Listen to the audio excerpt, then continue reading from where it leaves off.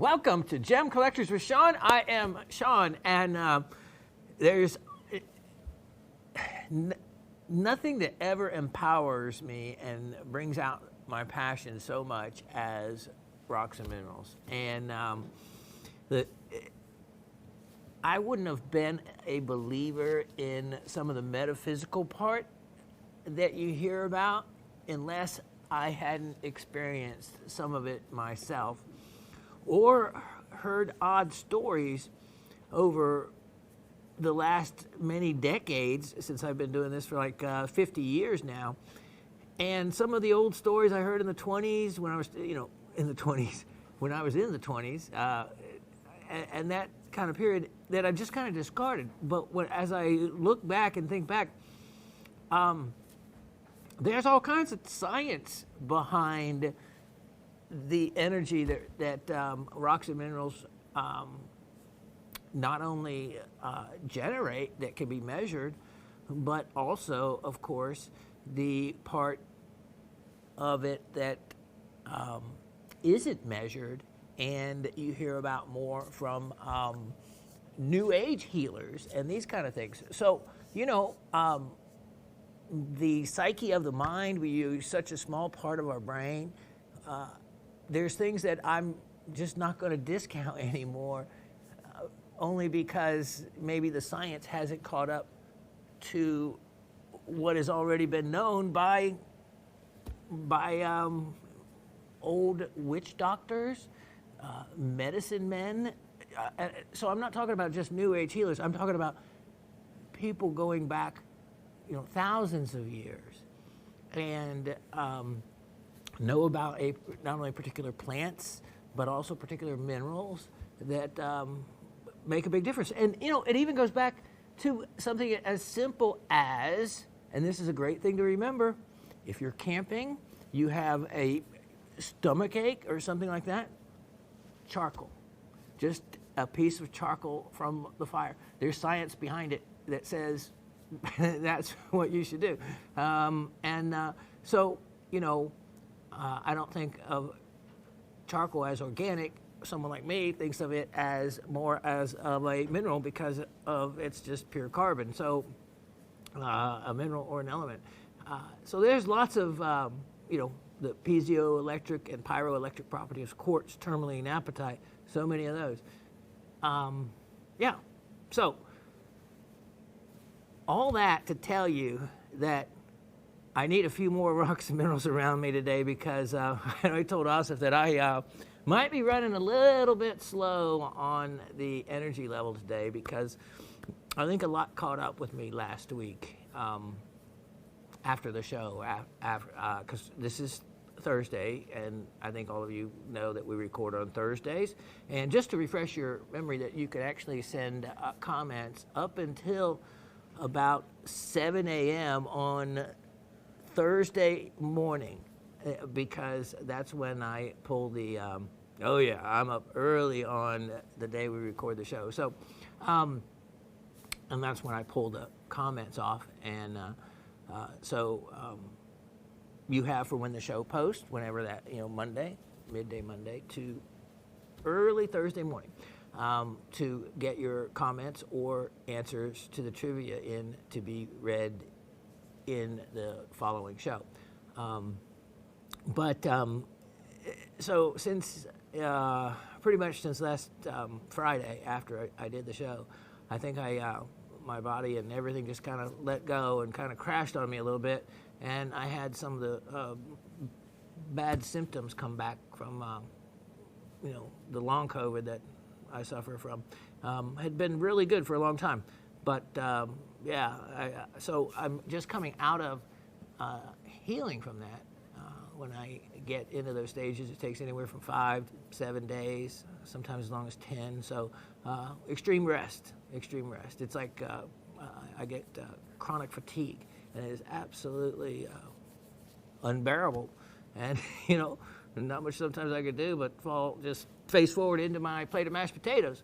So to avoid that, I try to give me what the body needs and rest and give into it. So Coming out on the back side, my motor needs a little bit of winding up, but with the rocks and minerals around me, hopefully, and I do have some quartz in front of me, I will have some piezoelectric properties going on. Squeeze on my hydroxyapatite bones, right?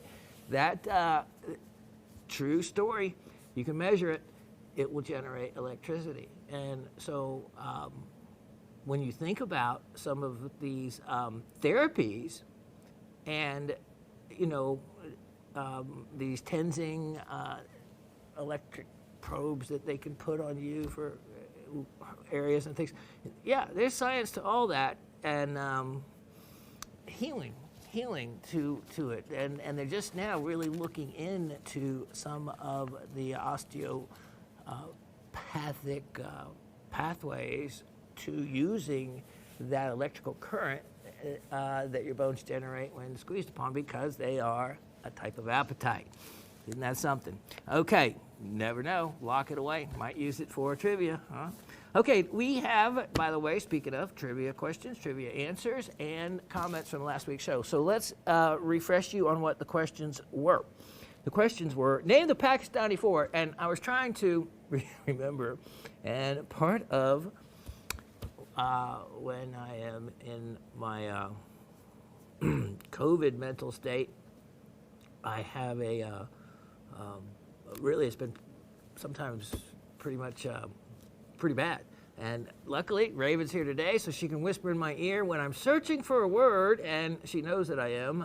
She has been well known to do that, which is great to have that. But she unfortunately can't always read my mind. But I can't remember who first quoted it and said the Pakistani four, and in a comment. But it was one of all of you, and I think that was a great way to put it, because I always refer to those four different and rare mineral specimens that I was able to score on when I was working with my Pakistani dealer, before some of the politics that have gotten in play since then, making it a whole different ball game to get items from that area. Remember, that is an area that extends, from Afghanistan into Pakistan, and some of the borders are, and the politics behind the borders are different as to what they were, and with the mines always, because the mining, it's a money thing. And for Pakistan, with the new discovery of all these different minerals in the last decade, it has been a boon to the artisanal miner, the individuals, the little tribal people, which is really great. So I was able to get in on 4 different opportunities, which I'm really thankful for. And I've passed those on, and they would be really hard to find at mineral shows. So I always encourage everybody, when I offer one, to not miss out. So I said, name the 4. And the 4 were, and I remember I asked that question one time, I could not remember the 4th one myself. Anyway, I'm better now since I've done it enough times. I kind of remember them on my own. No, let me see if I can remember in the order I got them. That might be a little bit more difficult, but I do remember that it was pink apatite, amazing green sphenes, and all these were also in matrix for the most part, and the red zircons, and the triplite. That was a great final score. That was the last one I had gotten. So those were the answer to question 1. Question 2 was, what does the mine named Cerro de Mercado mean? And it means, of course, it's a Spanish word, and Mercado is market, and Cerro is hill, so it means Market Hill, the Market Hill mine. And then B, that is, name the other gem material that apatite is known to form with from that mine. So that actually was a specimen that I had featured, and it was a yellow apatite crystal, and it happened to be unusually on chalcedony. Yeah, not just like a quartz or anything, but it was actually on chalcedony, and that is known to be found from that particular mine, the combination of the two. So the answer to that one is chalcedony. So there you go. Let's see who got them right and wrong. All right, so we're going to I'm going to read back the comments, and they go in the order that they would have been posted and sent in to me. So let's go with Miss Ursula. Shawn, hello, and just catching up with all the news. Your tribute to your dad's celebration of life could not have been more fitting and heartfelt, for his passing has impacted us all here. Although he has parted from this earthly life, his spirit will always be near and listening to you.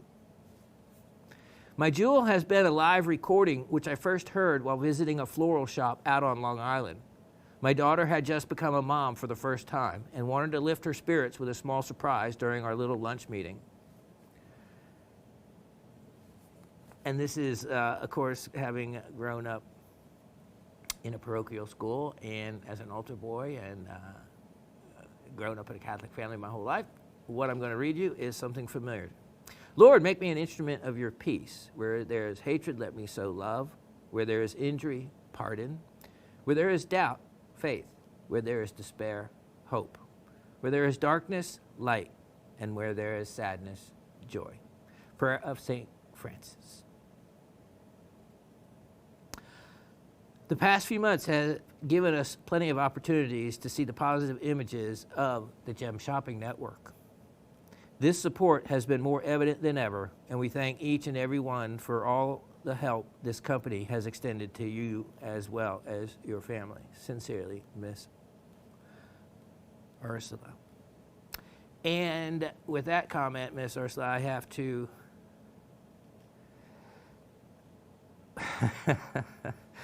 I have to just get through this. But no, I have to give a lot of credit to Asif.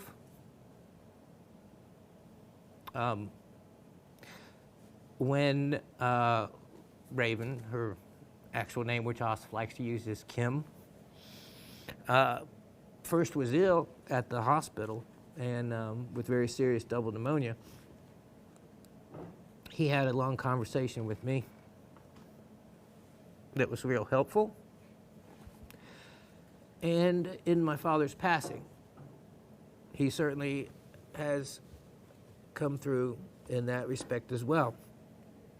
And I can see why he is a Mookie at his mosque, and which is about the equivalent of a deacon in a Christian church, and he goes there almost every night and gives blessings to the faithful, and but more than that is as a personal friend and in just one-on-one conversations, and overall he's brought a amazing sense of that holiness to those that are willing to accept it, and not just those close to him, but all of us here at Gem Shopping. He's been one of the longest people here, period, and those that open their hearts up, he certainly will respond, and you'll feel it. So,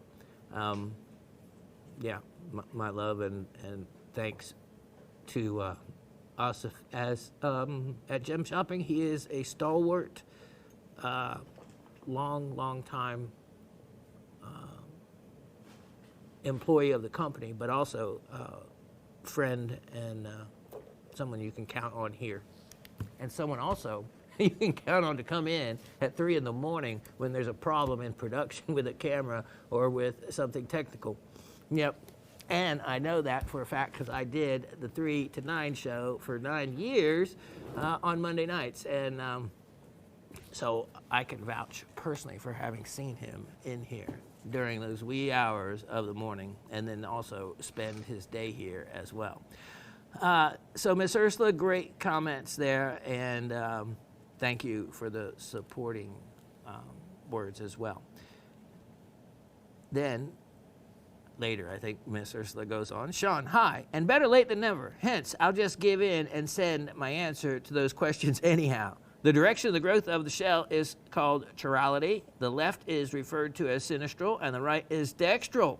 And I do believe that you are up to your old tricks.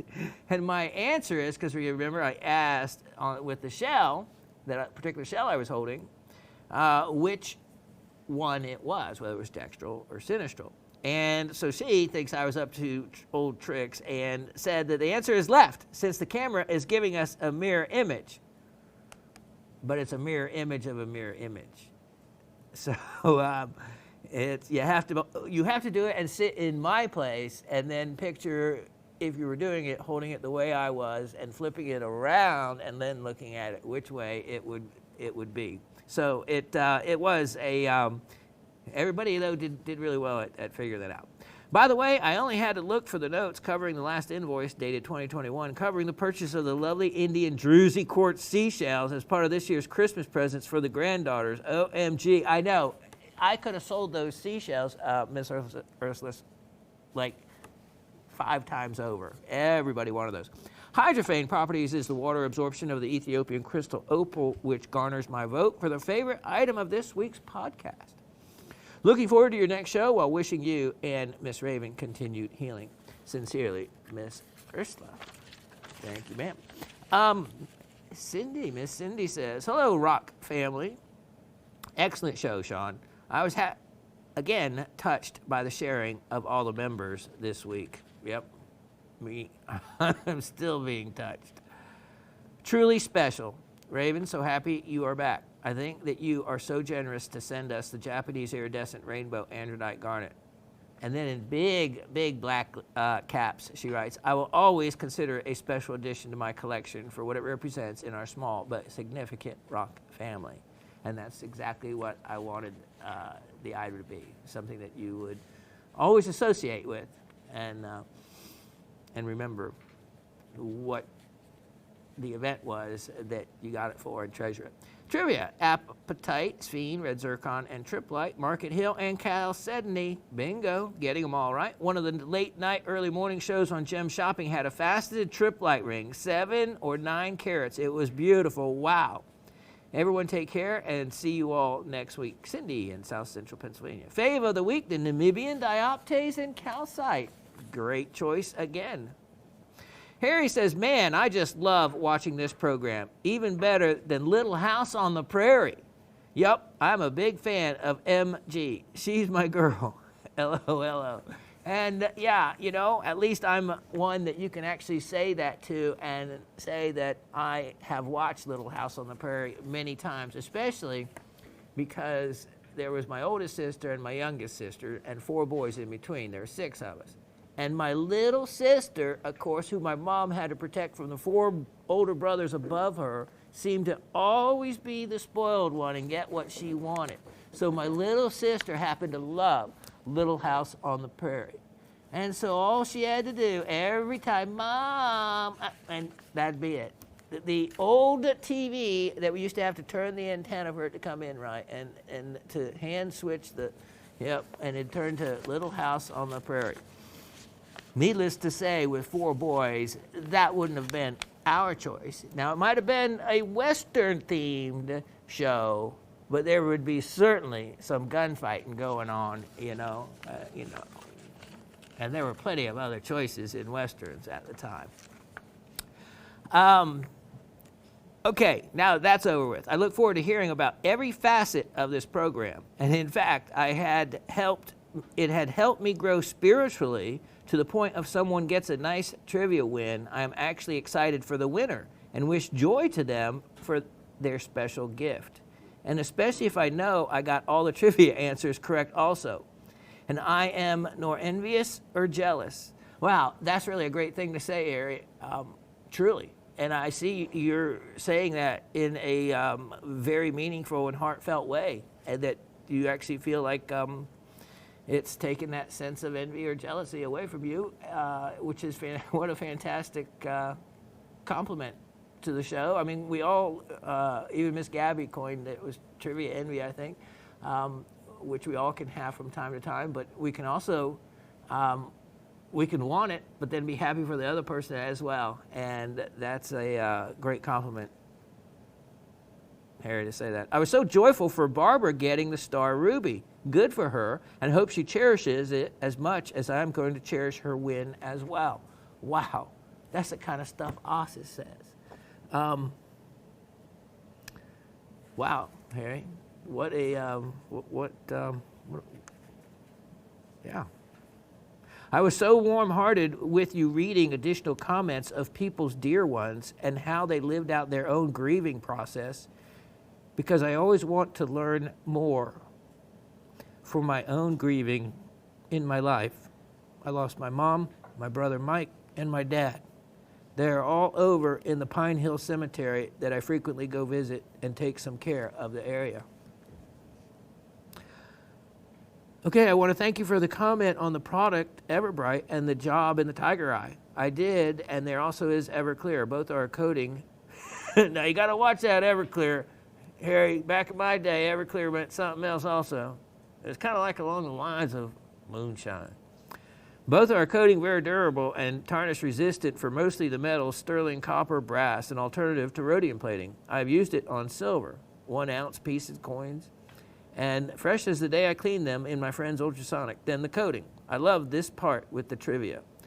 OMG, you just said the camera guy knows how to cut gemstones. Well, that's funny because here myself as an electrician, 45 years, thank you, who learned to cut gemstones. That's right. It's actually, everybody says, oh, it can be real difficult. No, Latif, who is here. We got, of course, our regular guy, Dave, here today, but Latif, who is often fills in all the way around, has been here for forever as well. And yeah, he doesn't actively do it now, but give him a fastening machine, and he was taught how. So, all you have to do is really want to learn, and you can learn gem cutting.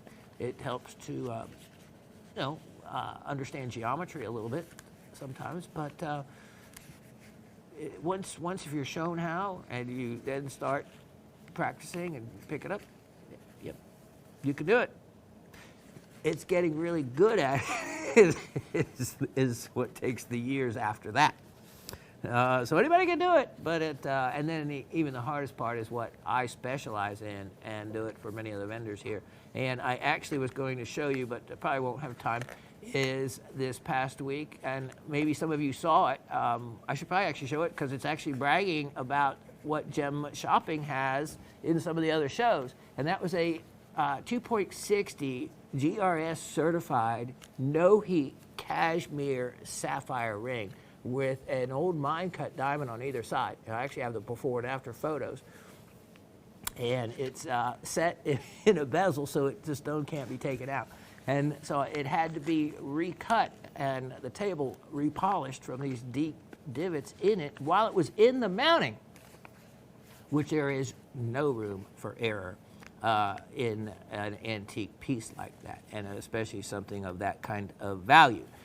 But and it needed to be a rush job, and the client wanted to see the before and after pictures. She wanted to see pictures of it before it was actually set, so she wanted to make sure the job was done well enough before it was even bothered to be sent on to her. And so, yep, I did that. So it was actually a great privilege for me to get to work on such a treasure, and especially then on something that very few gem cutters can actually do. So, so in that sense, it was a good week because I got to do something really really difficult, really stressful, and it came out really well. There you go. And of course, it was a very large sale, so it was important all the way around. The client wanted it, the vendor wanted to sell it, gem shopping wanted it, and it all depended on how it turned out. So I can say if the sale doesn't work out, it wasn't because of the recutting part. So for my part, I feel like I really came through, and it still feels good to have a project like that gives you such self-satisfaction. Because you can imagine, after cutting for like 50 years, there's not a whole lot that would give me such a thrill for something to be successful. Cutting that 12-carat Sweet Home rhodochrosite was about the last thing I can think of that was really a huge thrill. And even as beautiful as that rhodochrosite and as fine as that rhodochrosite was, it was only worth a fraction of what that cashmere sapphire no heat stone was. So Yeah. Now that I've said that, you probably want to see a picture of it. Okay, so Sarah de Mercado means market. So Harry getting the answers right. Other mineral apatite, except now, what are the Pakistani for? Are you referring to types of gems? My answer is beryl, sphene, apatite, and zircon. Well, you got them all right, so close. And beryl is found. That's Gilgit. That's one of the main things. Is the aquamarine from that area. But we were looking for triplite. Okay, I'm falling asleep holding this phone. God bless you all and good night, and a healing peace over your household. Well said, Harry. And you know what? I have fallen asleep holding the phone as well, doing other things. And I wake up with something just all the way across the screen. Anthony says, hello all. I just realized when I didn't hear my comment read last week, I sent my comment to the wrong place. Oops. I commented on how getting through the reading of the amazing heartfelt stories from the family, how you read them thoughtfully and with grace, and that you got through it maybe with help from Asif, positive vibes from us, sheer willpower, as well as some divine help. Also, there were some cool rocks and gems. That's right. And by the way, thank you, Anthony. It did take a little bit of all, and you see I still need a little bit more of that support. Pakistani 4, gotta love that.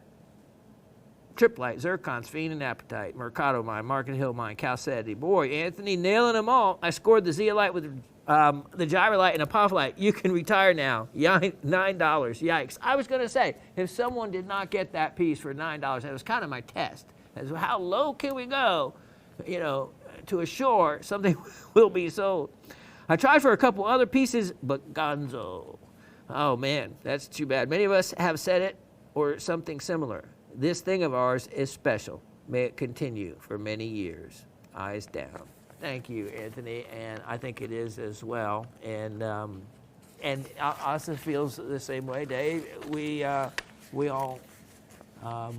sense the same thing, and to each of us that we probably get a little bit something different, and that's great because that means it's a nice, well-blended mix of people and of emotions.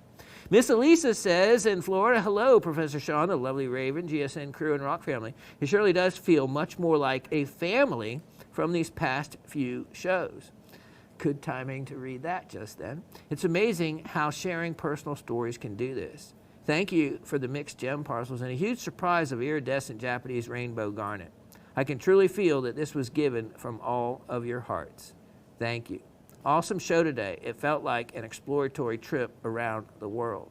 My answers to this week's questions: apatite, sphene, zircon, and triplite, Market Hill mine, Chalcedony. Thank you, everyone, and have a wonderful week. Stay safe. Miss Elisa.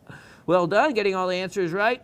And I wish we could have, but just so you're not looking for them, we swapped out for the gem parcels for just the Japanese garnet because we couldn't really put the gem parcels together. And then it was a bunch of little stones, and I wanted there to be one item that everyone would focus on, appreciate. And because of the sentimental part of it being a garnet, and me having been born on my dad's birthday, and it being both of our birthstones, so tying all that together, I wanted to give everyone something that I knew that you would treasure and always remember where you got it. Harry says, I forgot one kind of odd thing about the Everbright, the sprays is never shake up the can like we do with 99.99% of all sprays in a can. Odd fact, but you will love it. Thanks for cluing me in about that because I would not have read the directions. I would have just shaken the can beforehand automatically because like you said, you always have to shake them. Miss Ursula. Shawn, hello, and glad to see you smile again during your show on Monday. Miss Raven's presence certainly seems to agree with you, and we are all happy for both of you. Cerro de Mercado, or Market Hill Mine, is known to be an iron mine, and the chalcedony, along with apatite, appear to be an additional benefit to the mining operations. However, that little thumbnail specimen looked pretty interesting indeed. Pink apatite, red zircon, sphene, and triplite come to mind if you are talking about the Pakistani 4, and I'm only missing the triplite from my own collection. How is this even possible? How is that possible, Miss Ursula? How many opportunities have I given everybody? But I usually have the triplite, though, in parcels. Maybe that's why. Maybe I need to high grade some of the pieces and show them and offer them individually. I probably will do that. Your frog on the lily pad turned out to be the best gift I could have presented to my sister-in-law as we celebrated her milestone birthday and provided plenty of conversation while her guests admired the beautiful craftsmanship of the carver. Wow, that was that sapphire piece I think you're referring to, that amazing frog with the star that was actually on its head if you put a light down on it. My oldest brother, Benno, continues to amaze me with the knowledge he possesses of gemstones. He readily recognized the obsidian blade of the hand-knapped knife signed by KJ. Wow, that is impressive on that. He should hopefully be in the hobby. Shawn, thank you again for giving us the opportunity to share your treasures with our family and friends to enrich their lives as well as our own. Sincerely, Miss Ursula. Thank you for something so kind and thoughtful. And what a wonderful and generous gift to get that sapphire frog, because that wasn't totally inexpensive and was indeed an amazing piece. Sue in Texas, note, I know it's too late to send trivia answers, Shawn, but wanted you to know I appreciate your generosity in giving the free, beautiful Coast Mine iridescent Japanese rainbow androdite garnet. Arrived today and is truly special. Best wishes to all in our rock group family. From Brad, Mr. Brad in Pittsburgh. Dear Shawn, Raven, Asif, Gem Shopping crew, and the whole rock family, I just wanted to send off a quick note of thanks to everyone for their memories and to Shawn for the world-class iridescent androdite garnet. Shawn, this is truly a world-class memorial stone to honor your world-class father. I just received it in the mail today. It is an honor to have one. Thank you and be well. Thank you, Brad. Dear Raven, Shawn, Asif, the amazing crew at Gem, Dave, and my favorite rock hounds. Another amazing show this week. I was so happy to be included in last week's giveaway. I can't believe that I got that amazing garnet. I thank you for the personal gift. I hope that you are feeling better, and I'm so happy that the beautiful Raven is by your side during this time.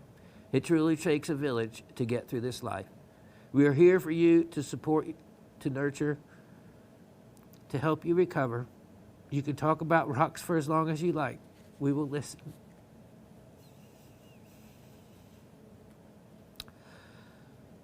I was given a Jurleite chalcocite rock by a fellow rock hound and friend. I have never seen one before. I have tried to research the stone, but the internet said there's little known of the material. I am thinking about starting a copper-based mineral collection, so I will be looking out for your offerings of pieces to add to my collection.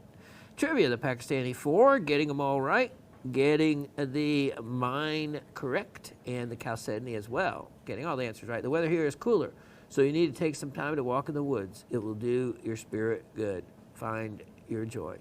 Miss Peg. Thank you, Miss Peg. Thank you. Thank you for your kind and thoughtful words, and well done on getting the answers right as well. Miss Barbara says, hi, Professor Raven, GSN crew, and the whole rock family. Your goodies arrived this afternoon. The trivia prize of a purple star sapphire is translucent and lovely, and the Coast androdite was an unexpected treasure. That goes into a special display box. Thank you for your generosity. As to the trivia, the Pakistani 4 are sphene, pink apatite, triplite, and red zircon. Cerro de Mercado is literally hill of the market or Market Hill mine. The orange chartreuse apatite forms on chalcedony quartz. That brings to mind my first job, which was with the Cerro Corporation, who owned and operated the huge Cerro de Pasco mine in the high Andes of Peru. That Pasco mine is still really well known. A unique feature was that all base metal ore was brought down from the mine at 14,000 feet by a series of underground conveyor belts. Cool tech in 1970. Everyone have a great week. I'm going to go back to praying for some measurable rain over here in Brooklyn. Miss Barbara. You know, I just, funny about that was I just saw in the news this morning that it was Massachusetts, or up there right in that area, was under like severe drought conditions, equivalent to some of the western areas by the way they measure rain. It was just a little portion of Massachusetts and out on the islands there. So that's, I didn't realize that they were so dry up there like that. And that corporation that you work for, and with owning the Pasco mine, I would love to tour such a mine. It has put many, many, many specimens into the market. And to see underground, especially at that elevation, what a clever way to be able to keep the mine working year-round by not having to deal with the outside elements. So, clever mining indeed. Hello, Shawn, Raven, GSN crew, and fellow rock hounds. I hope everyone is well. Shawn, thanks for another great show. Trivia, Pakistani 4, getting them all right, and the Market Hill and Chalcedony. As it is extremely late, this will be short and sweet today. Thank you for the Japanese iridescent garnet that unexpectedly and pleasantly arrived today. I love the reflections on it. Miss Elisa, thank you very much for your kind words. As most of us have shared quite personal aspects of our lives over the last few years here, I feel as if I know everyone, and it would be amazing if we managed to meet in person someday. Now that I've submitted my message, I have an overwhelming need to go back and listen to all the tributes again from the last couple of weeks. And I will do that this weekend. Have a wonderful week, everybody, and hope to see you soon. Ms. Penny. Wow, that says a lot as well, because there is a lot of love and warmth in those messages, and certainly worthy of reading again. And with that, we put the winners in a hat and drew a corresponding number matched up with the winner. And this week it is Miss Penny. And before we show you what you've won, this is the first time I did this. When I saw that it was that Miss Penny had won, I had actually been waiting for her to win because I had one item left that I wanted as part of her trivia gift. One item left that I thought would be perfect for Mahalis, or I think you kind of call him Mahali. So for Mahalis, and I thought it would be a perfect gift for him. So I intentionally am giving you that item, but there's something for you as well. And let's give you a look. You have 3 different items here. And look at this. All right, so originally this is the item that you win, which is nothing but a bunch of tumbled rubies that I tumbled myself. Genuine rubies, some wonderful stones in there to have a lot of fun with and play with and see if there's any stars and whatnot, and know that I tumbled them. But for Mahalis, here is a whole parcel full of 70 million year old shark teeth, including mackerel shark, and you can and different shark species that you can actually look up, and by the shape and type of tooth be able to figure out just exactly what kind of shark that they belong to. These coming from Morocco, and there's mackerel shark teeth in there as well. And so speaking of mackerel shark teeth, this is the item I had one left, and I thought how perfect for him.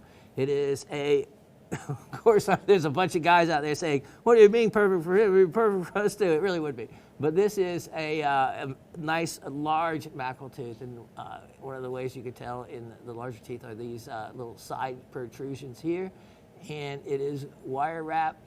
And now that he's, 11 or so, this is a perfect age. This is a nice thicker cord. He even a rambunctious child will not break that. And the catch for him, easy to work. And so, yeah, I thought of how perfect, since he is our youngest rockhound member of the group, I wanted him to have that separately and outside of what I would normally give away. So this was the intended gift. These are the extras waiting for the day, Miss Penny, that you would hit so I could give him one of each and to kick off his collection in teeth. And I know that he would love to have that item for his school year and to show off to his buddies. All right, let me tuck these away and then we'll come back and start the show. Now, this is a treat and timed just perfectly. As Asif said, he said, let's just wait till it turns around so when we start, boom, you got to see the front of it. This is one of the rare stones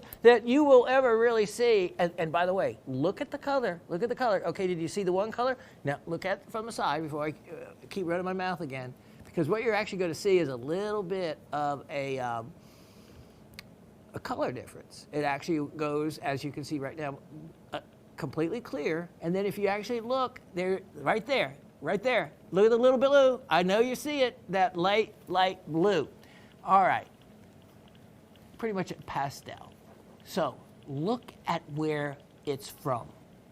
See the white, the direction of the white again? So it's like a dichroic stone, which, yep, that's what you call it. Look at the step cut. You see the way which is what they call it. Now, when you see that, so often that is indicative of a native cut stone. In other words, cut locally, or, probably no further away than Brazil if it was cut out of outside Colombia, where, a lot of emeralds are cut, Colombian emeralds are cut as well. And that's where this is from. The emerald mine in Chivor, the Colombian Euclase.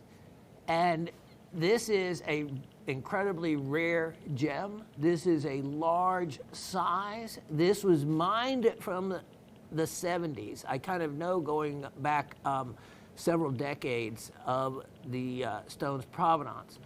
And so putting that together, it would have been mined in the 70s,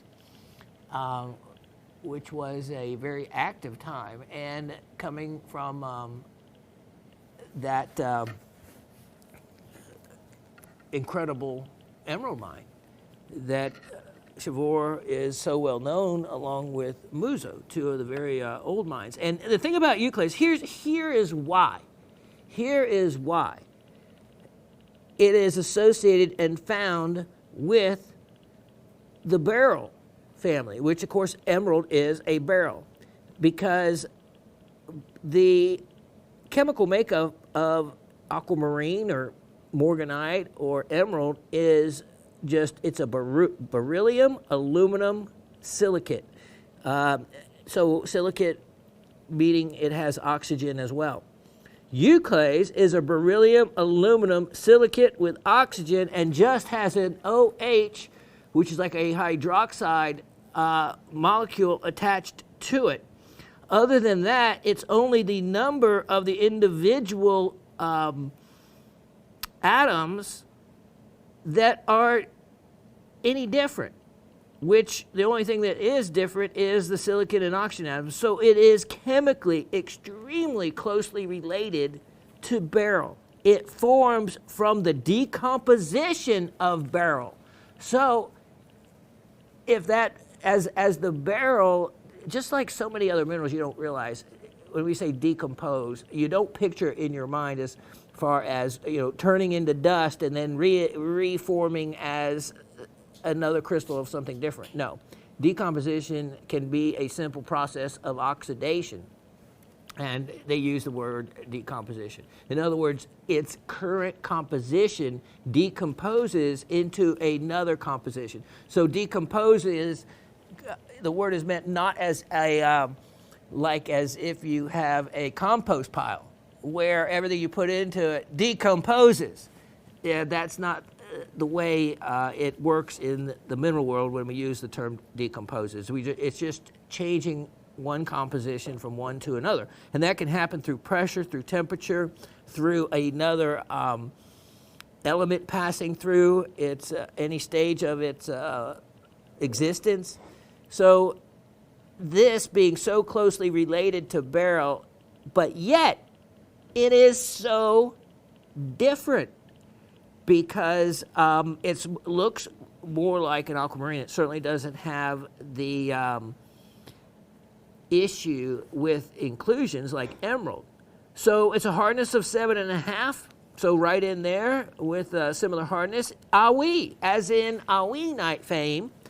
And if you hear me say Awi, yes, oh my goodness, Awi, if I would live during that period, I would want to be an Awi because he was such a well-known mineralogist. He named and found and discovered so many different minerals.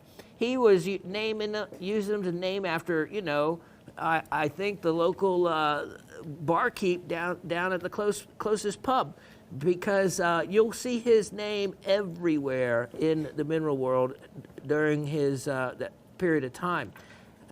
He contributed so much. So his name, for the Greek word, and we know Miss Penny will know about this, meaning easily fractured, for having perfect cleavage. It was discovered in 1792. So by perfect cleavage, we mean also its ability to split along its cleavage planes. So hit correctly, just like a diamond. A diamond, believe it or not, has perfect cleavage. And, you know, as hard as a diamond is, it is also very easily split. And that's why grandma's diamond also often has chips or little fractures, maybe along the edge and whatnot, or the table, because it had been hit right at the right spot in the right place, and it'll fracture. A lot of people just, you know what? I saw a TV show. This is years ago. It only lasted one season. It was about diamond sand sieving with a boat off the coast of Namibia, where there are legitimate operations, and they had a mining lease. And so it was this guy, supposedly this diamond guy, with the boat and the backing, and he had these guys that, you know, for their life's dream, sold everything they had to go to Namibia and operate this boat. And so after the several weeks of season of running the boat, it was, I tell you what, I cringed sitting watching it, literally saying, no, he's not. They found what they thought were maybe some diamonds. So they came to the owner and the one that was backing the project. And this was all on TV. It was like 6 episodes of it. I forget the name of it. And so in like the final episode, they took what they thought were the diamonds that they had found to him. And he said, they asked him, how can you tell if they're real? You know, because you got these just real greenhorns. They had no idea what they're looking. He gets out a hammer. I kid you not. And I'm saying to myself, no, he's not. He goes, if there are real diamonds, you can hit them and they won't break. And he did. One after the other. He took the hammer. Now, I could see literally before he hit them, when the camera zoomed in, I could actually tell, which made me feel a little bit better, that they were not actually diamonds. But the guys that were thinking that they had found the crown jewels were hoping against hope that, of course, they were real diamonds. And in their mind, if they were, his method of testing them, instead of doing a simple test of hardness, a piece of quartz and a diamond, it is so much harder. It would easy, you could write your name on it with little pressure. So many other ways he could have done it. He took a hammer. He actually believed. That's how little this backer knew. So he actually deserved to lose all his money, which I'm sure he did, because he found no diamonds. And if they were, he smashed them into dust. I could not believe it. I just couldn't believe that someone would actually take, who knows, he might have taken other people's money, and this was supposed to be the expert. And yeah, so I think of that too often, actually. But when I think of what stupidity, and that was beyond ignorance. Ignorance is different. This was complete stupidity.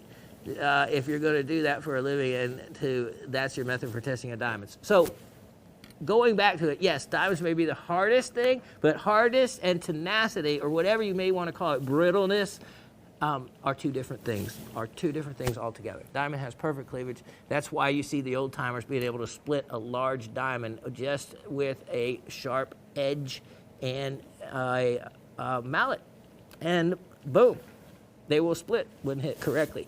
All right, so this is a big stone. It's one of my nicest ones I have left, and one of the rarest, truly, and has everything that you want. It is also, of course, from a very well-desired locality for you clays to be from. Now, I had offered this stone before. We are doing some special sale price items. It's a Shawn money show.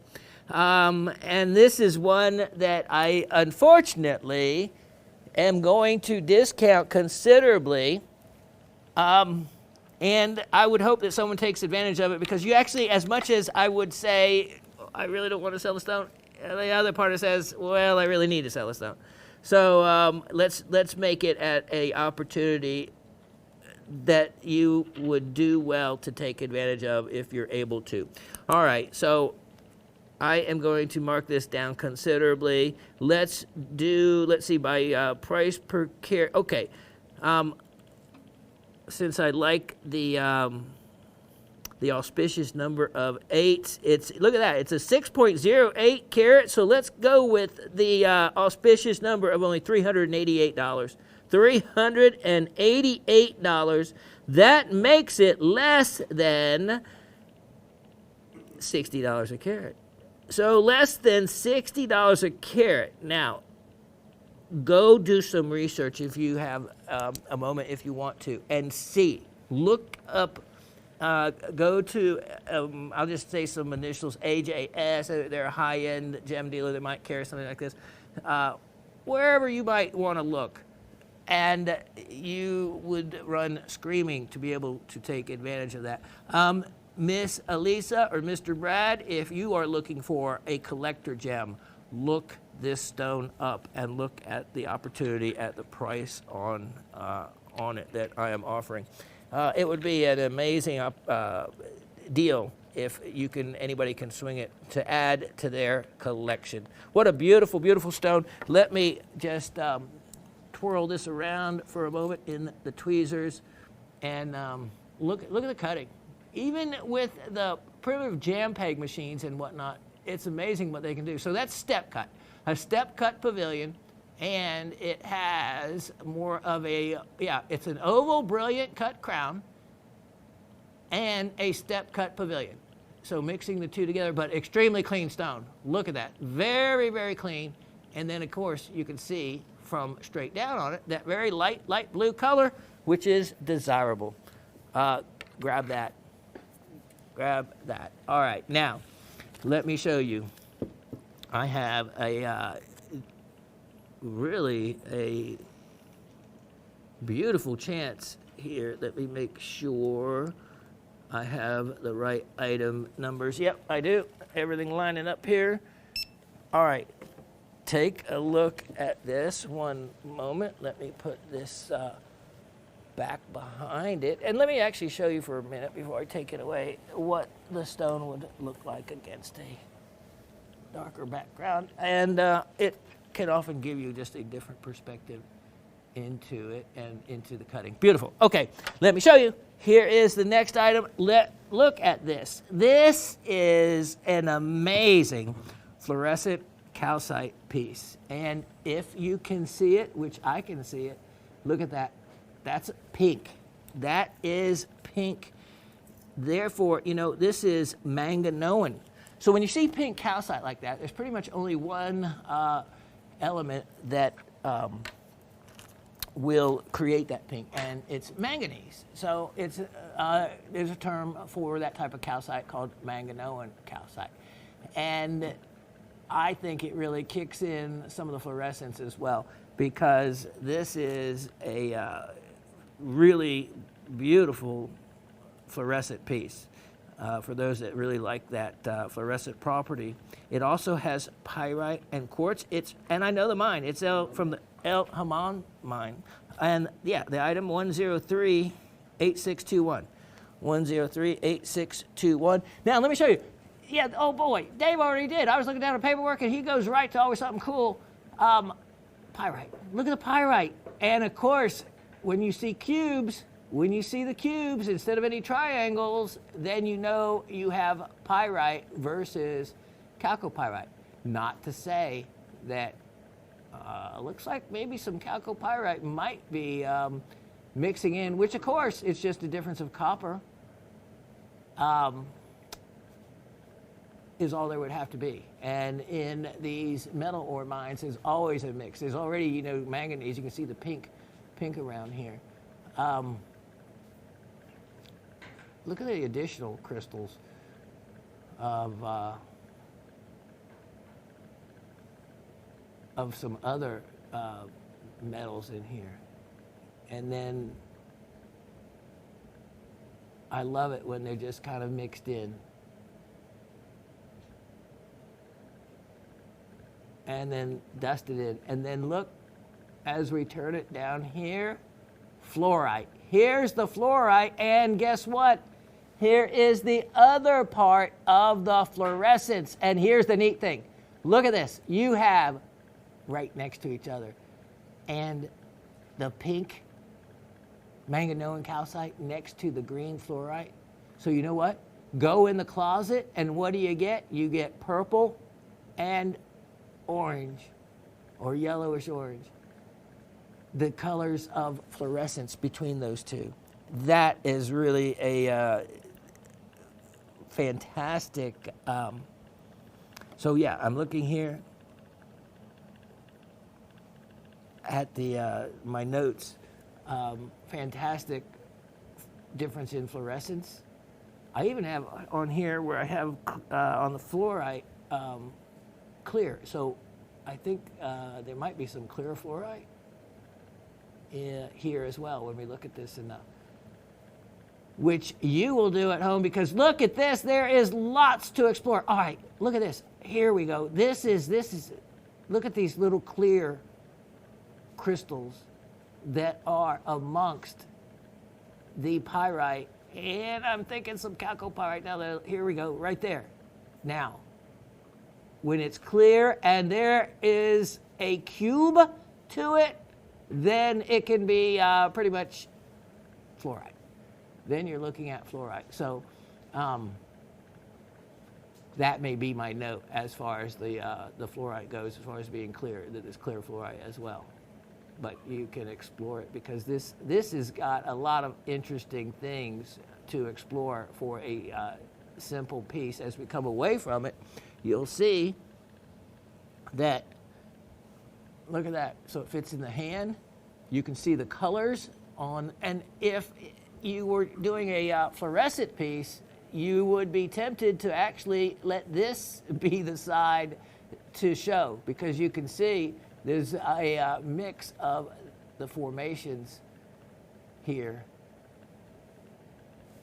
And then, oh, here was the other part, quartz. Look at the quartz. Here is the other part that was really made this interesting. You have a entire area here that is quartz crystals over the calcite and fluorite.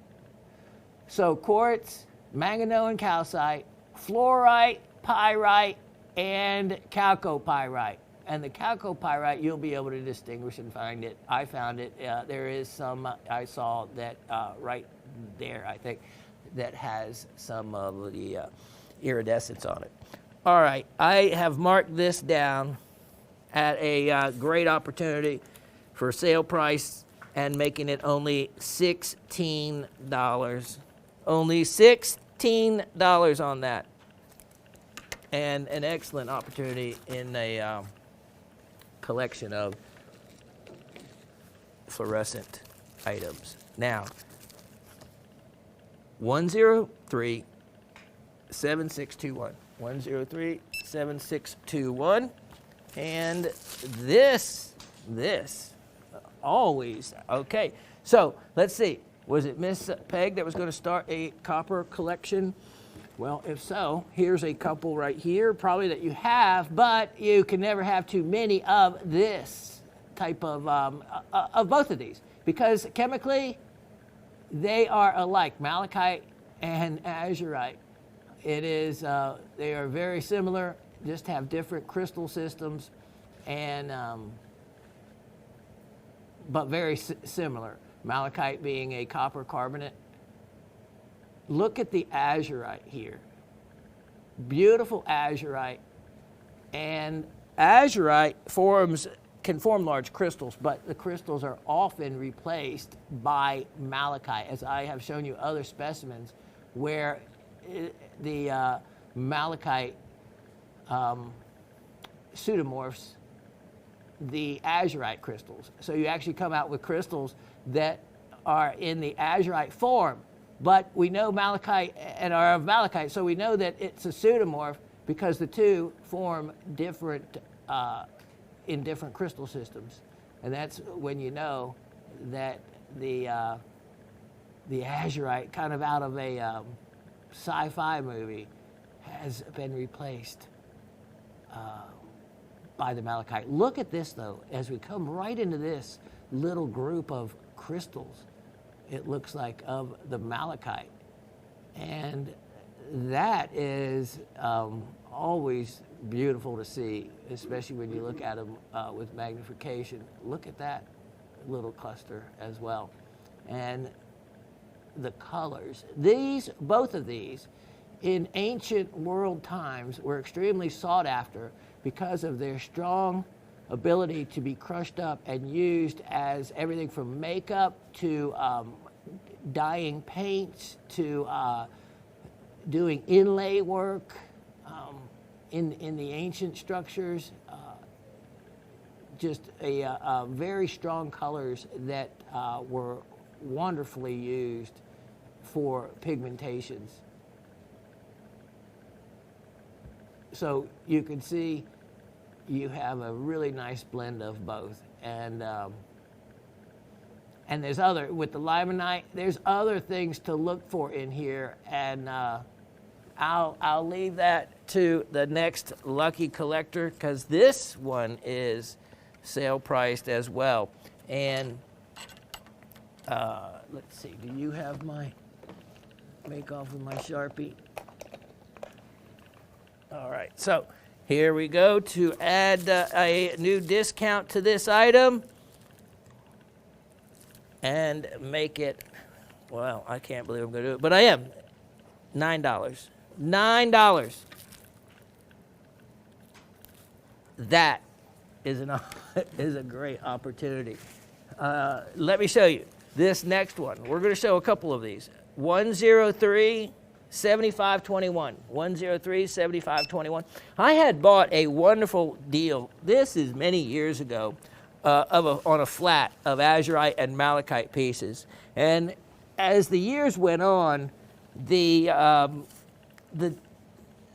azurite and malachite got harder and harder to find, and as I noticed, the prices went up and up and up.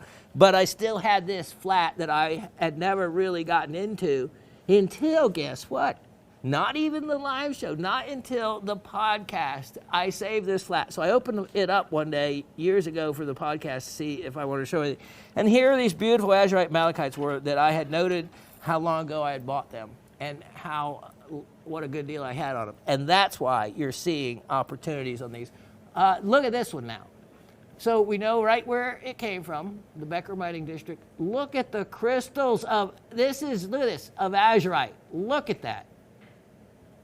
Beautiful color, beautiful shape. Look at that. You know, azurite crystals, look at that, are rare, and often again, they're morphed over by malachite, the ones, so for them to survive when there's malachite around. But look at these. Look at these crystals tucked back in that vug, back in that pocket like that.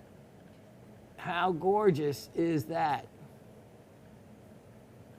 And again, look at those. Look at the color. You know, like I said, I just did that cashmere sapphire. And if I have time, maybe I'll show that in the show later. But yeah, here are some colors that kind of remind me, getting near some of those ranges in that unheated. Look at all these little levels of crystals all the way around it. So you know when you see that, that's what I always say, you know that there's going to be additional crystallization that we don't see. on the inside. But you can't smash the whole piece up trying to find them and get to them all. I think that this was a nice stopping point if they were trying to extract and get to just the azurite. Look at that. Wow. Wow. All right. That's why, okay, I originally had this priced, I kid you not. I'm just going to show you, $88, and I marked it down to $58. I never do this, but I'm actually showing you.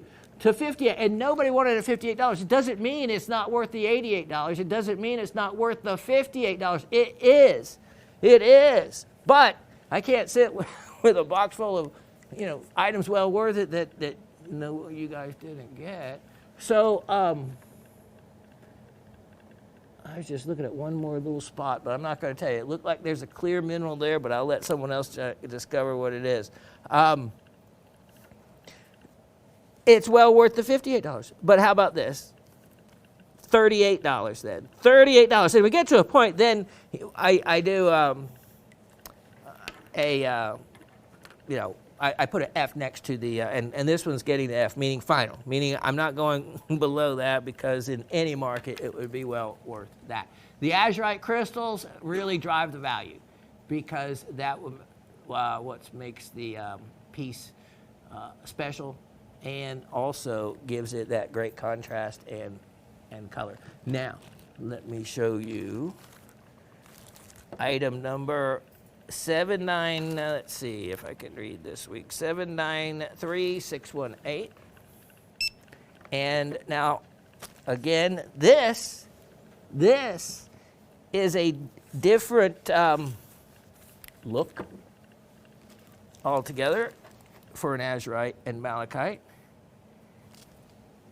because as we look at the malachites, look at the form that they are in.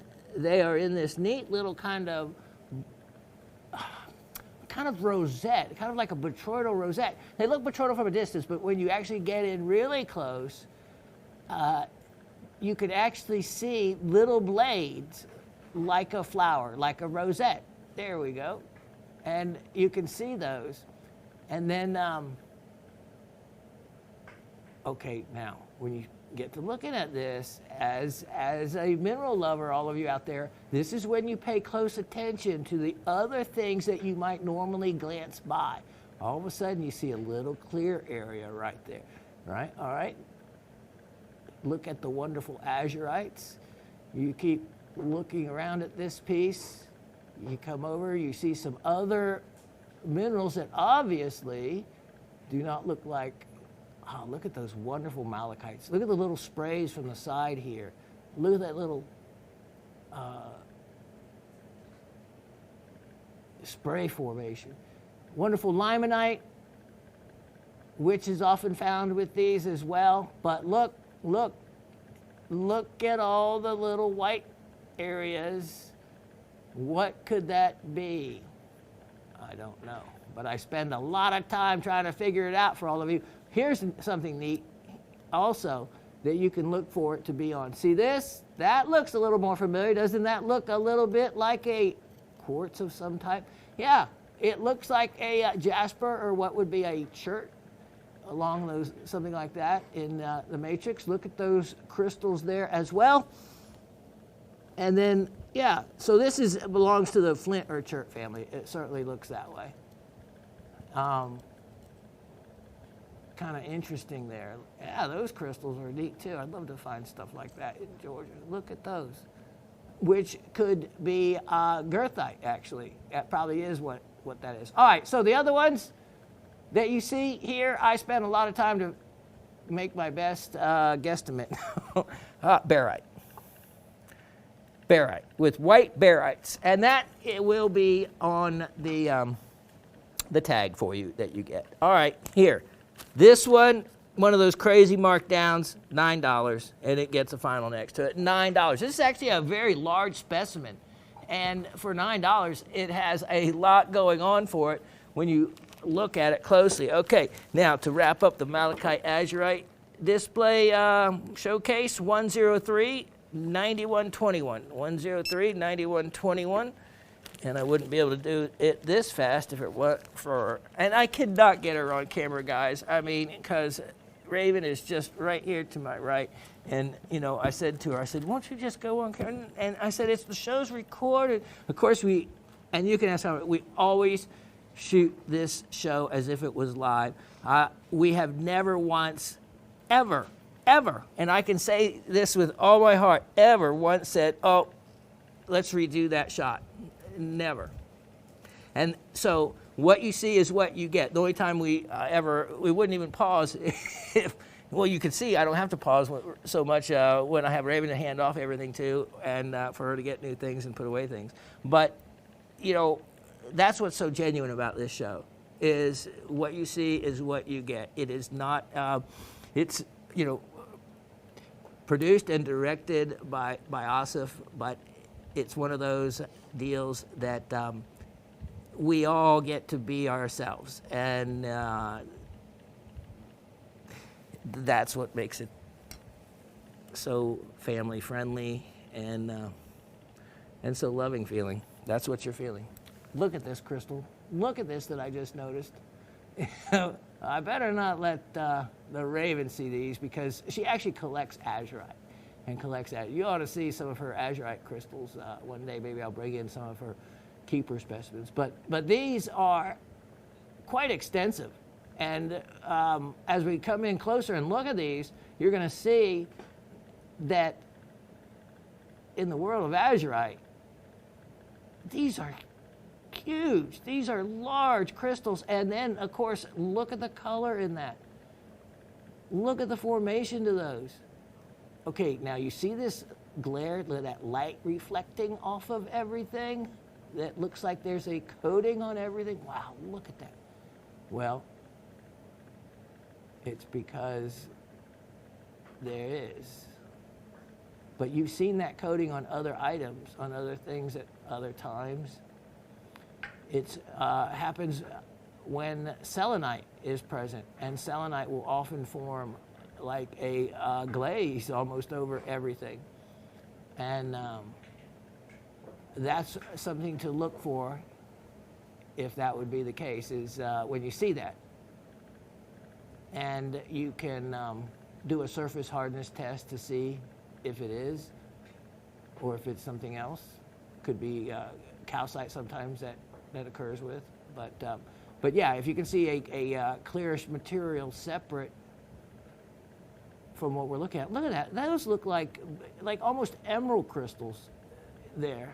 I mean, wouldn't that be nice? But what a beautiful look for crystal and malachite.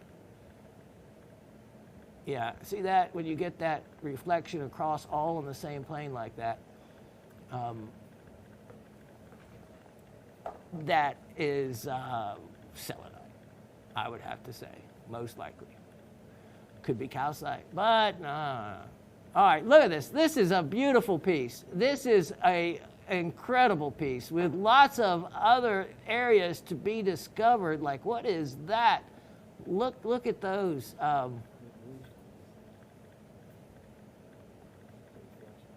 Yeah. And then, wow, look at that. That looks like a waterfall. Dave, what are those? What is that? Are they? Yeah. So there goes. There's our clue right there. Pretty much telling us for certain what it is. That looks like selenite. That looks like selenite. So that's a giveaway. And there, in a lot of cases, there's dolomite with these as well. And then look at that, little off-color items like that. You can find chrysocolla.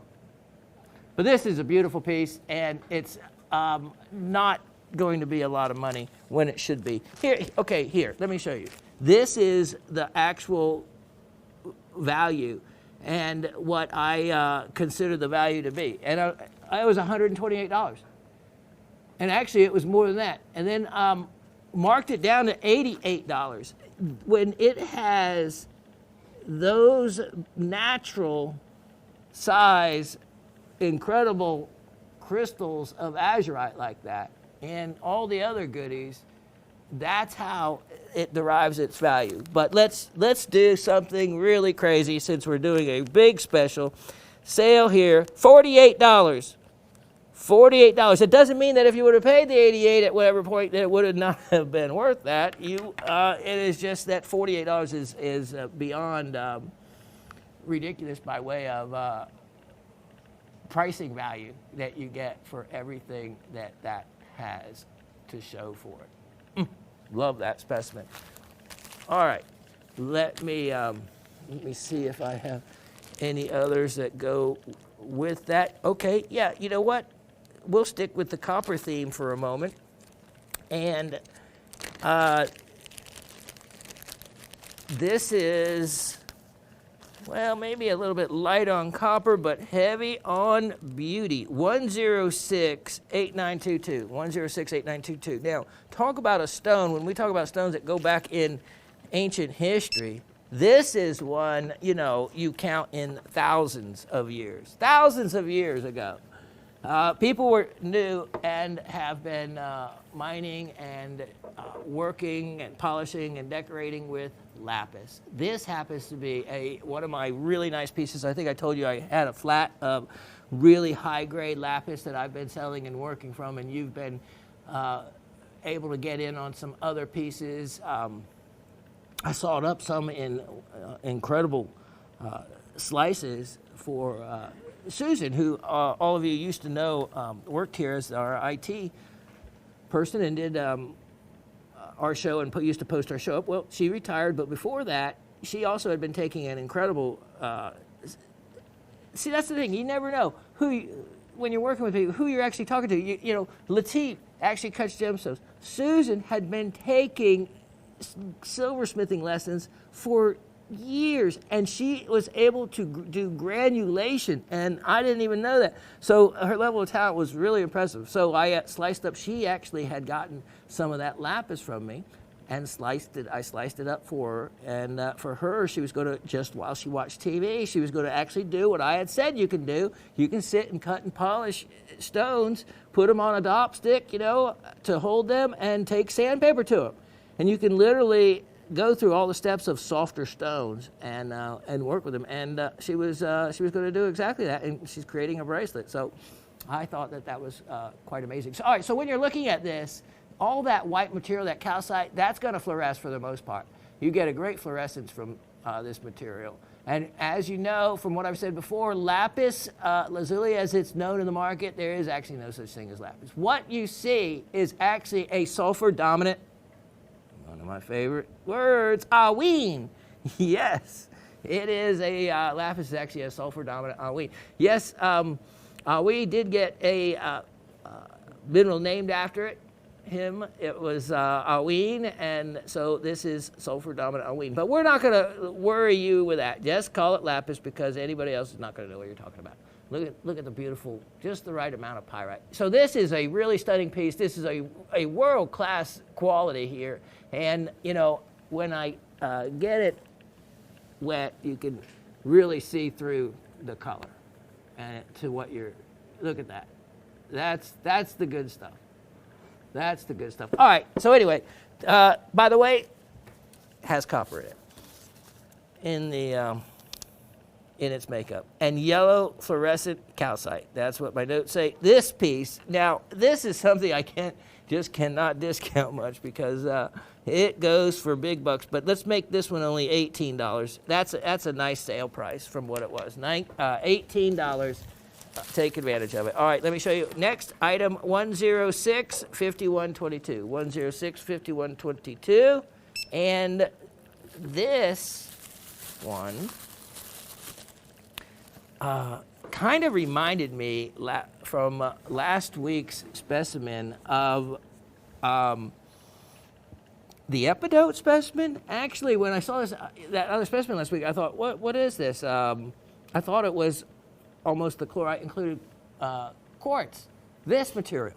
But, then I looked at it and saw the difference and knew it was the epidote. But this is actually quartz crystals that has so much chlorite in it that they look like green epidote crystals are of something else. But the other nice or interesting or cool thing about this is some of the quartz crystals. Look at, they are, in the way they have formed, very thin and flat across the B-axis of the crystal. So you can see the 6 sides to it, but look at how flat and the 6 sides are. 1, 2, 3, 4, 5, 6. They are flattened. Now, here's the other part that's neat. Look at some of the actual other crystals. Ooh, look at that iris. You can actually see parts of the quartz that are not full of the chlorite. And you can see my finger through that. See, that's partially. And that's really interesting as well. And then on the back side, where chlorite, you can see it goes straight from quartz to quartz. That's not included with the chlorite, but you can easily see that it is certainly quartz when you see that. Look it back in there. So this, in the world of quartz, is really cool for a collector's piece. Really cool to have. And you wouldn't be able to have an opportunity to get this one if I didn't make sure that the Raven didn't already still have one. So, and myself, because I think this stuff is quite amazing, because we see chlorite in so many other things, and so many different other forms of chlorite, including like clinochlor, all in that same big family group. Okay, ready for this? Sale priced on this one, and I know exactly where it's from Balochistan. No, from Balochistan. Excuse me, Balochistan, in the area of Pakistan. Price on it, sale priced on it. Let's mark it down percent-wise hugely to only $24. $24. Originally $38, then $34, then $24, and after that, that's a keeper. So what we do after that, Raven can't wait till after we offer them at the F price, the final price, because then if it doesn't sell, she gets to take them back home. Then they go back home, and that's it. They are part of the Forever collection, which is separate from the Garnet collection, which is separate from the Made in the USA collection. Yeah, got to keep that straight. Now, I didn't show you any pseudomorph malachite. I have some of the least expensive pseudomorph malachite pieces that none of you have ever seemed to, I won't say none, because maybe one sold, to take an interest in, and it was some of the best valued material I have had. I am going to put this up, and I may just get one of those out to show you. I'll be right back. Okay, so I am going to present you now with a few aquamarine opportunities. You know, one of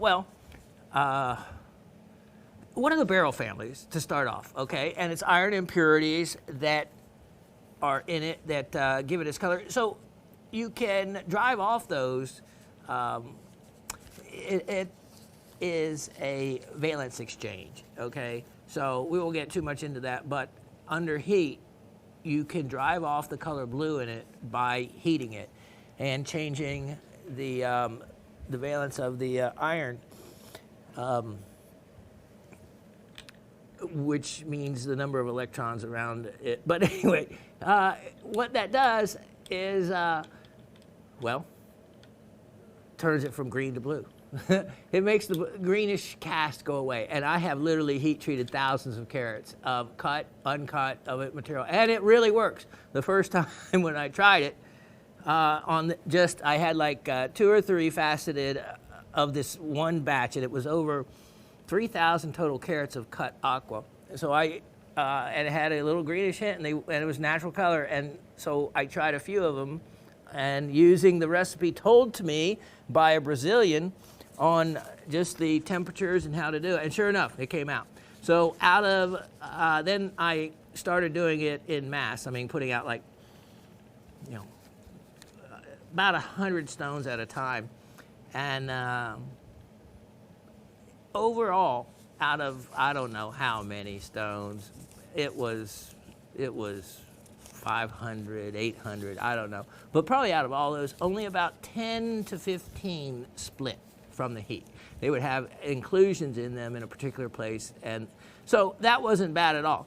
Versus heating the material first, then cutting it. It's a better to obviously do it the other way. Cut it, then heat treat it.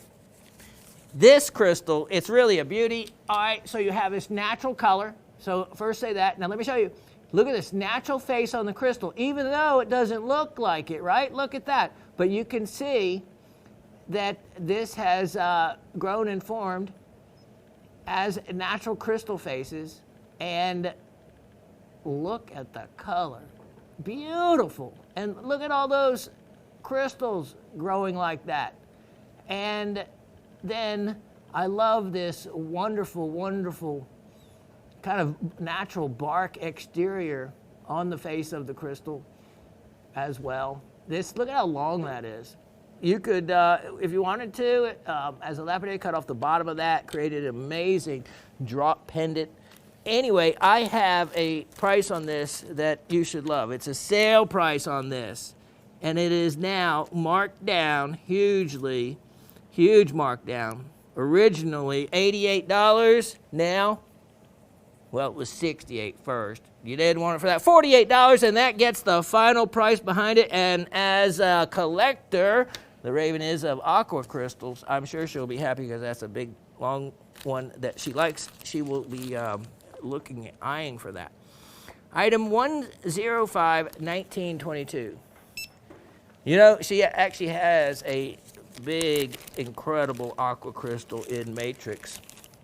Then I may bring it in and show you it sometime. It's not anything that we would sell, but it's a beautiful, beautiful specimen in matrix of aqua. All right, take a look. 105-1912. I think I scanned it.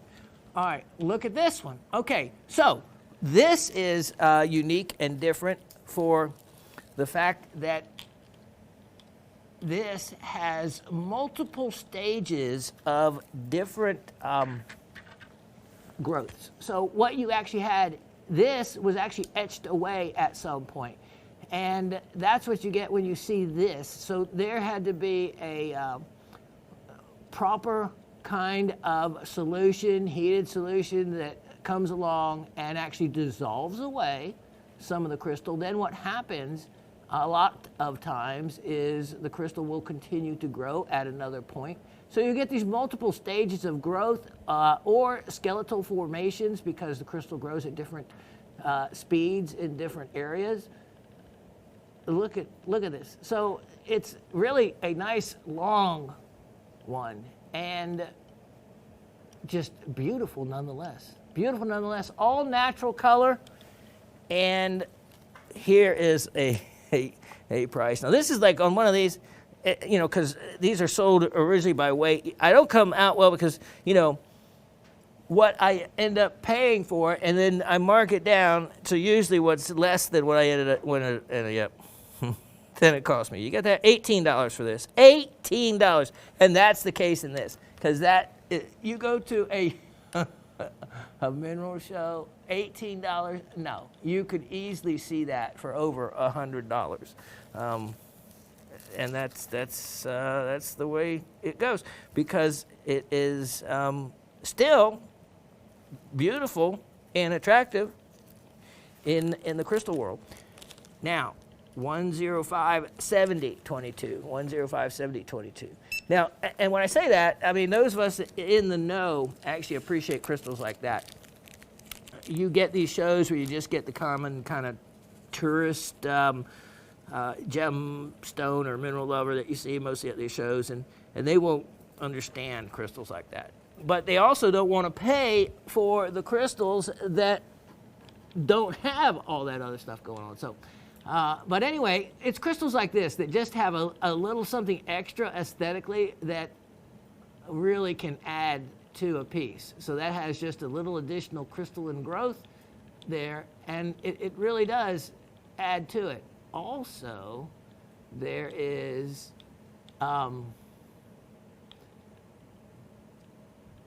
another little opportunity at finding something different with some of this material on the side. I don't think I checked that, but that might be worth looking at for, it's either going to be a goshenite type thing or calcite or something like that. But anyway, this is a Namibian one, an Orongo crystal. And so if you're collecting some from different places, look at that, look at the bicolor, look at that deep rich blue in the bottom of that. Yeah, see, you got to look for all kinds of cool things like that because it can really make a difference. Here, the price on this, sale price, this crystal, imagine this, $21. $21. And for aqua crystals like that, that's just not found like that price-wise in the market. You just don't. Now, next, let's do one more aqua sale here. And this is going to be 105-1722. And let me show you. Look at this. So I have it in the box so you can kind of see it like that for a moment. Let me take it out. And look at that. This is a beauty. Look at that. Look at the color. Look at the termination. In other words, the end of it. And if you look at this, okay, you see the light coming off that? Reflecting all on the same plane. But when you look at it this way, there are different levels. So look at the etching in that as well. Look at the clarity in the termination and the color. That is stunning. These are the kind that you have to really look carefully at and do this number. As you look, tilt them back and forth under magnification, looking for a bubble. Yes, you can find it in hydros. When you see this kind of chlorite growth in them, you can see there's opportunities with the etching. What etching will do will create a pocket or an opening. Then later, additional growth can come in, grow over that, and enclose a bubble of water. And then with air, and you can have it move back and forth. I have a sapphire crystal, and I'm probably going to sell it. Actually, it's a cabochon. It's a star sapphire. It's a star sapphire. It's a kind of a large star sapphire. And right in the middle of it, I kid you not, and remember this because it's probably going to come up for sale. I'll probably have to sell it. It's a three-phase inclusion. So there is a little, from what I can discern, a little tiny crystal of mica in a bubble that floats. It's called a three-phase inclusion because you have a solid, which is the mica, you have the air, which is the bubble, and then you have the water or the mineral water that is in the bubble. And this little crystal of mica floats back and forth in this tiny bubble in the middle of a star sapphire. It is stunning. And yeah, it's one of those that I'll never see again. I've never seen one to start with, but it's one of those cool pieces I have. All right, that's a neat piece I am showing you now. And also, so ones like this, I don't have time to look at all these crystals and looking for an hydro. You can do it on it. You can do it price-wise on this guy. Let's take a sale opportunity on this and incredibly enough, make it, well, let's just see if all y'all appreciate this kind of pricing. $28. $28. So that's just one of those deals that let's just see who's interested. Let's just see who's interested out there. Okay, now I have one parcel left of what I'm going to show you next, and had several to start with, but the last person may get lucky on a sale price. 104-4822. 104-4822. Now, this is a parcel of love because it is the birthstone of July, ruby. Ruby associated with exactly that, with love. And look at these stones. And let me just show you the quality of some of these. Look at that. I mean, these are incredible stones, and I would have to say they are of mixed origin, even though I put Thai on there. This is what I think of when I see a Thai ruby, the purplish one. I mean, that's almost a purple sapphire. But these others with all the red in them, they're not. But I just put a country of the worst origin that they could be, which would be Thai. And I always say that because then if they're Madagascar or whatever, anything is better than Thai, so therefore I can't be wrong. Look at these. For those of you that want to cut ruby and recut them, you can recut some of these to incredible brilliance if desired. Wow, look at that. And an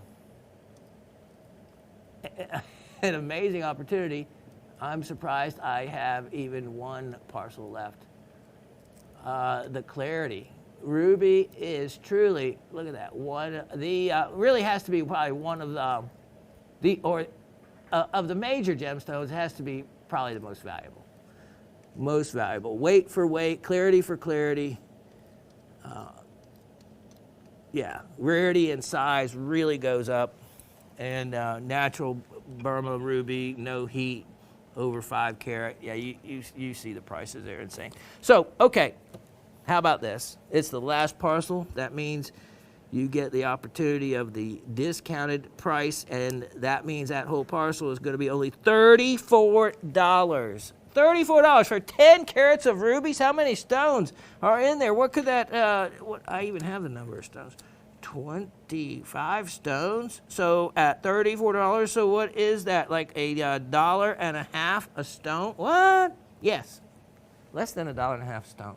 That is, I could not even, it would cost me sending my items over there to be recut from rough, more than that to have them just cut. So that price is actually ridiculous. Why I'm even doing that, I don't know. Here's the thing for the aqua. All right, so, okay. Now, let me show you. This is one of the Pakistani Four. It sounds like a gang. Asif probably belonged to it. As he was 5 years old, running around in charge of his block. Of course, so to fill you in, since everyone was always interested, Asif was born in Pakistan, and he came here to the United States when he was 5 years old. And I think that's such a great story. Of course, he has, no accent. You wouldn't be able to tell it. But his little daughter, he showed me on video the other day, and she had a little accent, and which is neat. They kind of speak both languages in the house. And he said his little daughter's so clever. She's the youngest of them at 8, and she can mimic, he said, multiple accents. So that's a spy in the making there. She we were both stunned. I wish that he could play it for not only all of you, but really for all of the employees here at Gem Shopping, because at 8 years old, her envisionment of what a manager does was enlightening. Raven and I talked about it driving home, that we just were, it was really, as a father, it would bring a tear to my eye for her to have that insight into what a manager does and how they should act. And we were just blown away. She had no idea of anything that her dad actually does or the responsibilities of her father. And yet she had this. I said instantly, there's our future CEO of a Fortune 500 company. But yeah, so it was really clever to hear that accent and how she could use it and turn it on and turn it off. It's like, whoa, scary girl. No man will be able to, she'll rule the roost there. So she has a wonderful getting to live with her grandparents from there, so she has a wonderful exposure to her ethnic roots, and I think that also is so important. 104-48. Oh, I think I did that one. Do I not have? Yeah, here's the item number of this one. All right, this is one of the Gang of Four. 102-59-21. 102-59-21. And the member of this gang is the Sphene gang. Look at this. Okay, so here is, we were talking about clinochlore, which is chlorite family, and you get to see that in this specimen right here in all these little bright reflections you see. Of course, you see the wonderful green sphene right in the middle. Look at these incredible clinochlore, yeah. And then wonderful, wonderful crystals of sphene. And then calcite crystals as well. Let's look at the back of this, modeled with other items and some minerals like that one. Remember, sphene forms with other rare earth minerals and around them, and something like that you could look into and probably find that it is could be one of those other rare and unique minerals associated with sphene. This specimen, if you don't have one of the Gang of Four, then this is one that you can add to your collection for not a lot of money, because why not? We're doing special pricing this week, and that is marking that one down from $68 to, you should love this. You know what? Let's just get everybody to scoop up as many items as possible today and make it only $38. $38 for that. That's a real rarity for the money. 102-03-21. Now, this next item, you know the show can't go on without featuring a zeolite. And this zeolite is small but mighty in its look. Look at this. Okay, so look at these two specimens. So you have natural green sphene, and then look at this red heulandite, which is a very unique material. There was, this is with quartz, and it's from the Maharashtra district, and red heulandite, and then look at this, stilbite. Look at these stilbites. Yeah, so you have heulandite. Now, if you ever wanted to learn the difference between heulandites and stilbites, this is a really good side-by-side comparison to study the crystal form from one to the other. And you can see that distinctly, and there's enough crystals. Look at this. Here's a stilbite over here and mixed in, so you can compare the two quite well. And then they're on a very cool cauliflower bed of quartz. That's kind of what it looks like. And that's kind of neat. There's a lot of show. You see the little stilbites? Look at the stilbites mixed in. And the red heulandite, quite unusual. You gotta watch for other goodies mixed in. Look at these. Don't ask me, I have no idea what they are. No, we know what they are. They're green, they're on the back of these specimens. It's gotta be selenite, which it most likely is, which is a type of mica. But look at that, there's a lot going on with that specimen. And you know what? I have discounted this guy, and now I am gonna make it a price to where it's not gonna be discounted again, it's gonna be sold, because I am offering this for only $14. $14. And what a jewel for that. Now, let me show you one more rarity. And actually, I think Miss Gabby has the the mother of all of these pieces. I have one big specimen left. She has, I know, one of, there was only 3 that I got. And they were huge, huge, very, very rare, but very, very blue. The blue I'm getting ready to show you is not as blue as the big specimens. So I have 101, 9721. 101, 9721. Blue chalcedony. Now, here are 2 pieces to this offering. And the big specimen I'm talking about, she had, is like almost maybe a foot long by 10 inches or somewhere in that range. And there's incredible still bites mixed in and around it, but it is very blue. This is more of a blue-gray, but these are still actually a rare color. Now, see the still bites on this one as well? That's kind of neat. Look how that still bite just intersects that. And then other ones around here. And this is a true chalcedony.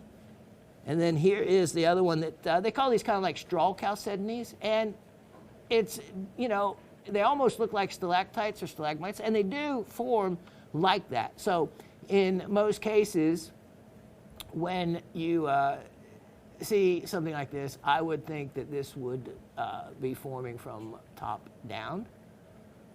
But then when you think about gravity and weight pulling it down, maybe it could be the other way around. Like I said, they're sometimes difficult to tell in exactly which direction they grew in originally. Kind of tricky, but they're unusual nevertheless. So these, yep, I'm going to put these on sale as well. And the 2 pieces for only $18. That's only $9 each. And they're very collectible for that because even, you know, as small as they are, they're hard to find and hard to come by. All right, now, you know, I mentioned the pseudomorph of a malachite. I'm going to show you, just so you know. And I'm going to offer you one at a price that, wow. Yeah, this is at an offer you can't refuse, and you won't wind up with a horse head in your bed. And there's some of you now, especially you youngins, that are scratching your head saying, what is he talking about? Yeah, an offer you can't refuse, of course, the Godfather. And I won't say any more because I won't be a spoiler, but movie you must see if you have not. All right, take a look at this. Now, did I give you the information number? No. Oh. Okay, so it's 102-5621. 102-5621. Look at this piece. Okay, so look at these crystals.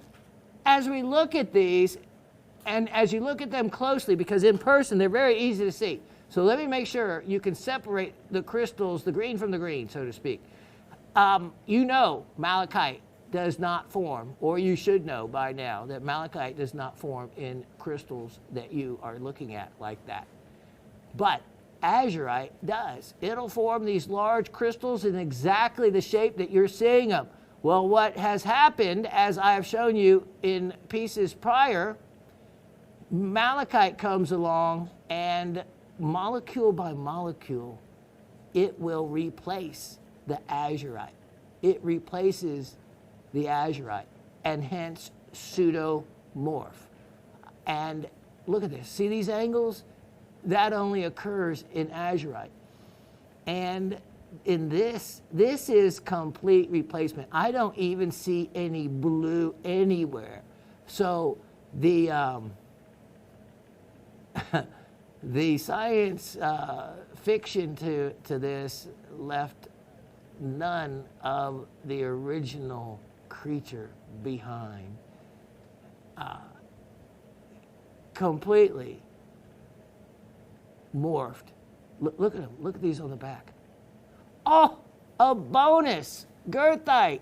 Look at that. We have incredible botryoidal goethite. And this is the kind, let me see. Nope, it doesn't rub and turn your finger black. look at those crystals on top of the goethite. That is a bonus, big time, for desirability and showability and value. And value. Wow, those are incredible.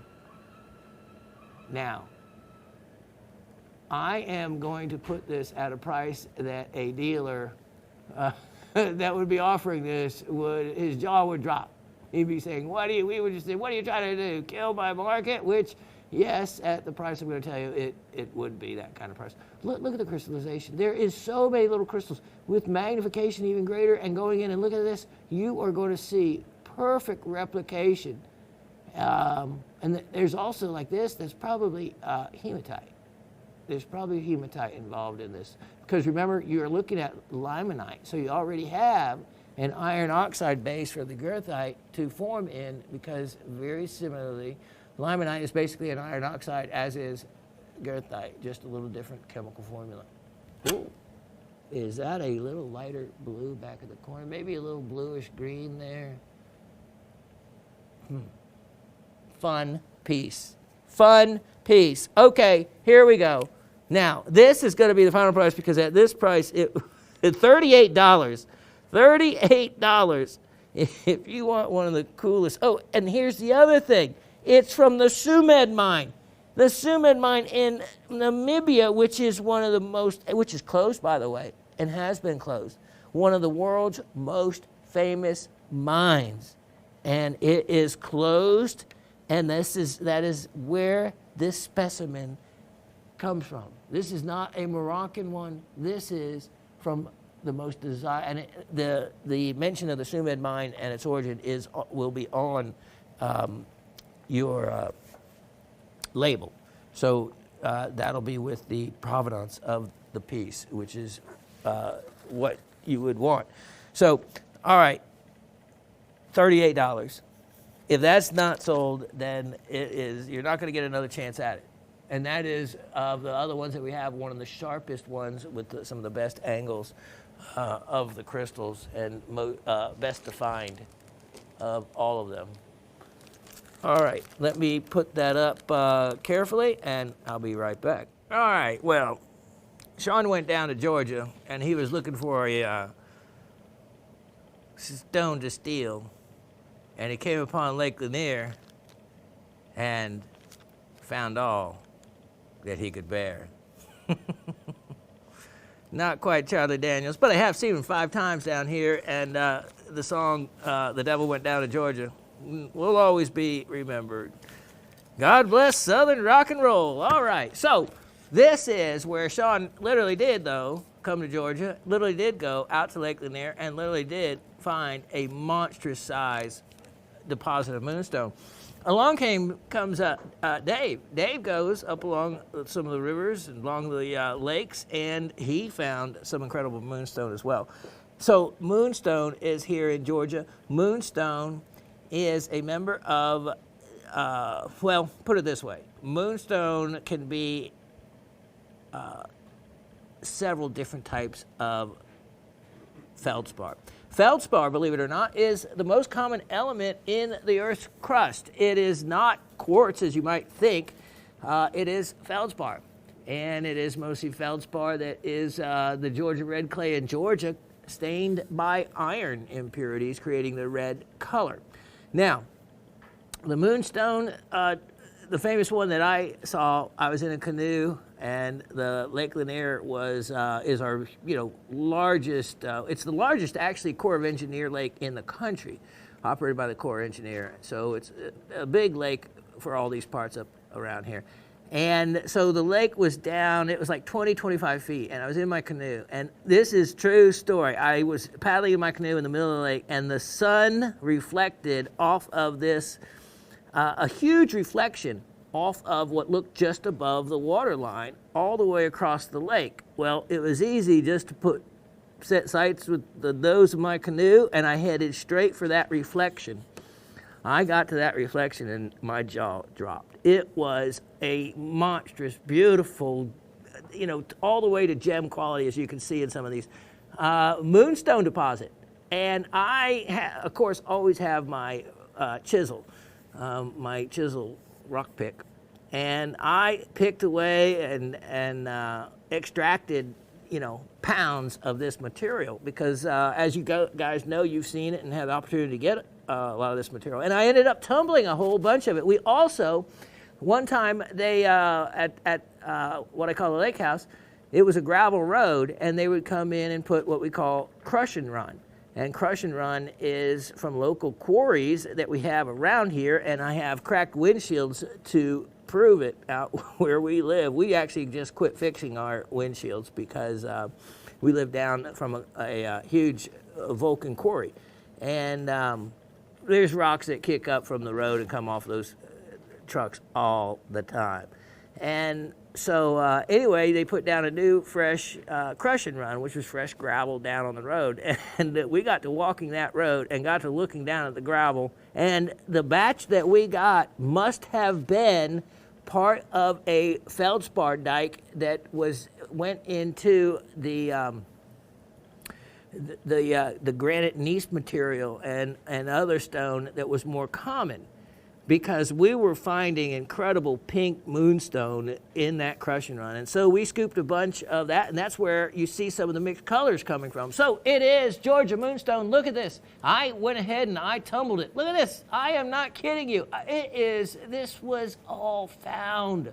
Look at that. That's the material. And guess what?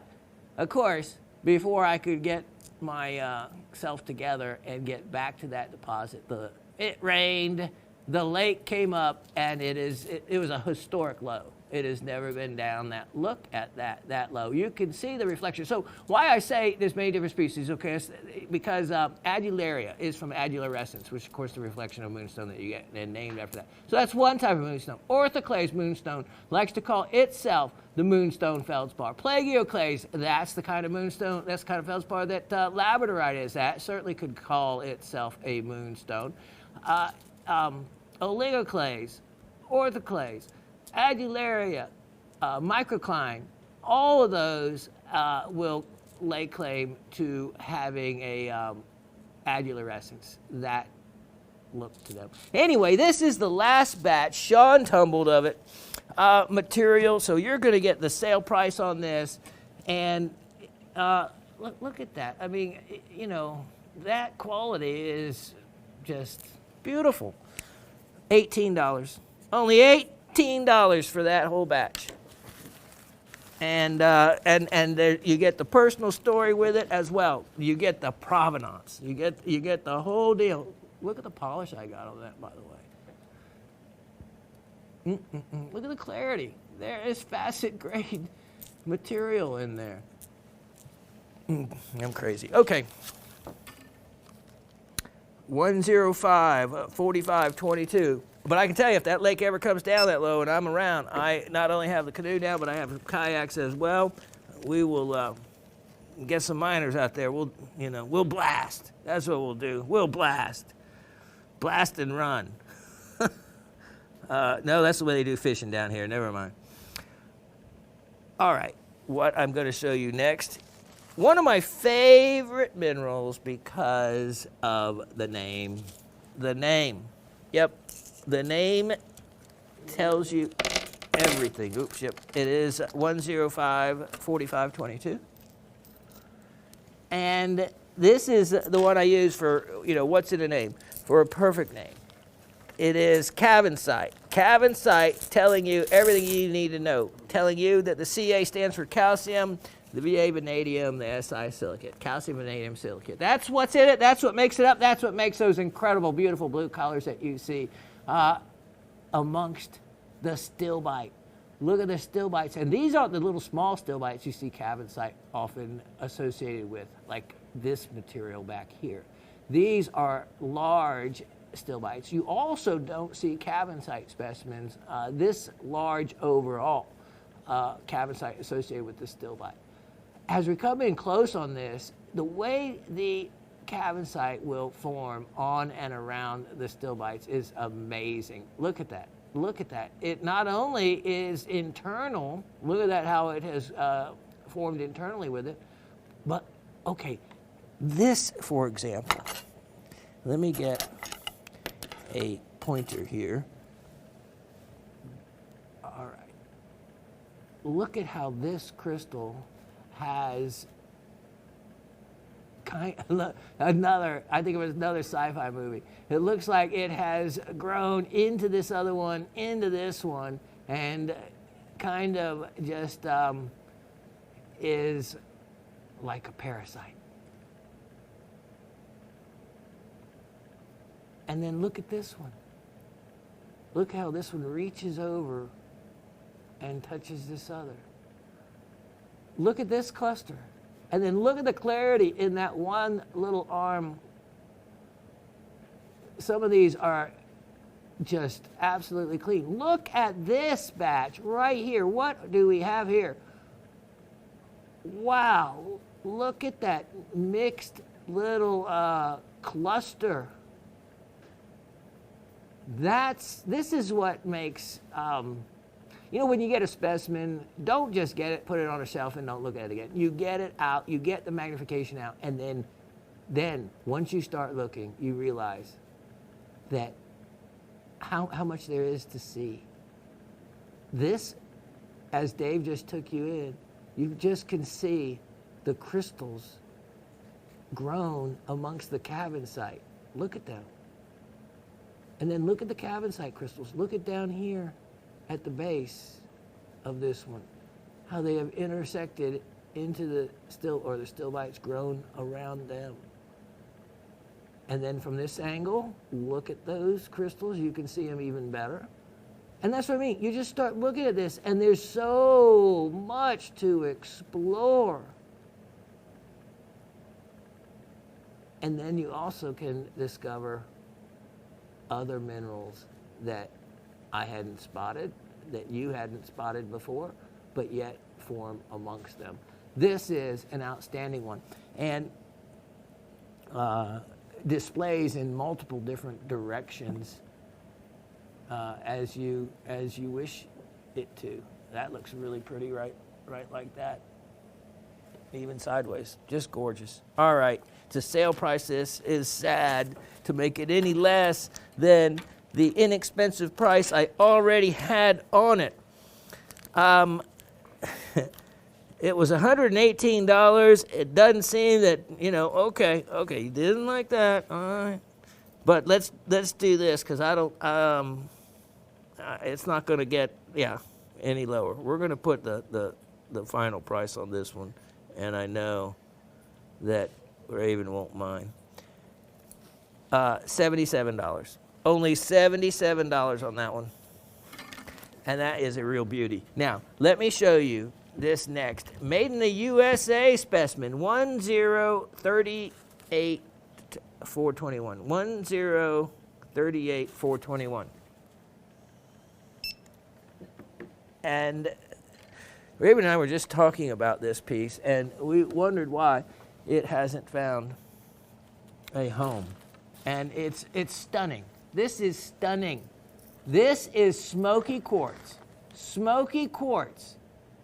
But that's not what I like it for. It is so rare. Specular hematite. All right, so let me point to some here, and then we'll start there. Okay, like right here. Let's say right here. So we have hematite. This is going to be one of the most outstanding, okay, but you have to look, because right there's the smoky quartz. Outstanding piece of hematite you've ever seen. Specular hematite, I used to think was like the copper stone. The man-made where it had the copper flakes in the glass, and growing up in the 50s and 60s, it was really popular. Well, that's what I thought specular hematite when I first saw it decades ago. I thought it was a man-made stone until I saw rough of it. And then I realized that it's a actual real formation of hematite. And so that's what you have. Now, here's the other cool thing. What you have to look at in this specimen, for one, look at all these other little pockets of smoky quartz you see everywhere. And then, what is that? Do we have, that better not be gold again. This comes from an area in Colorado that is known, that better be pyrite or fool's gold or something, because my luck, I'd probably be giving, what is that? Boy, you know, I used to live in Colorado, and I used to pan for gold in Colorado, and I used to go in the mines in Colorado, and I'm telling you what, that looks exactly the way the gold looked like. Good. It flakes off. Whew. Okay, all right. I'm not going to touch any others because that still sure looks like gold. Okay, so anyway, this, guess what, is from the well-known mines that produce Amazonite. This is actually from the Dreamtime claim, one of the famous claims that, remember when there was the TV show and they were doing the mining in Colorado, and this was one of the claims that they would feature in that. So this has the specular hematite, so you can see. But the other neat thing is it has one of the best formations of goethite, because it doesn't get your finger black and it's distinctive to where you can tell the difference. Okay, so for one, let's look at the specimen the way as a whole, the way it is at this angle. You can see how large it is. You can see you have, look at all the smoky quartz, the specular hematite. Then when you see the solid black, the black without shiny reflections to it, then you're looking at the goethite.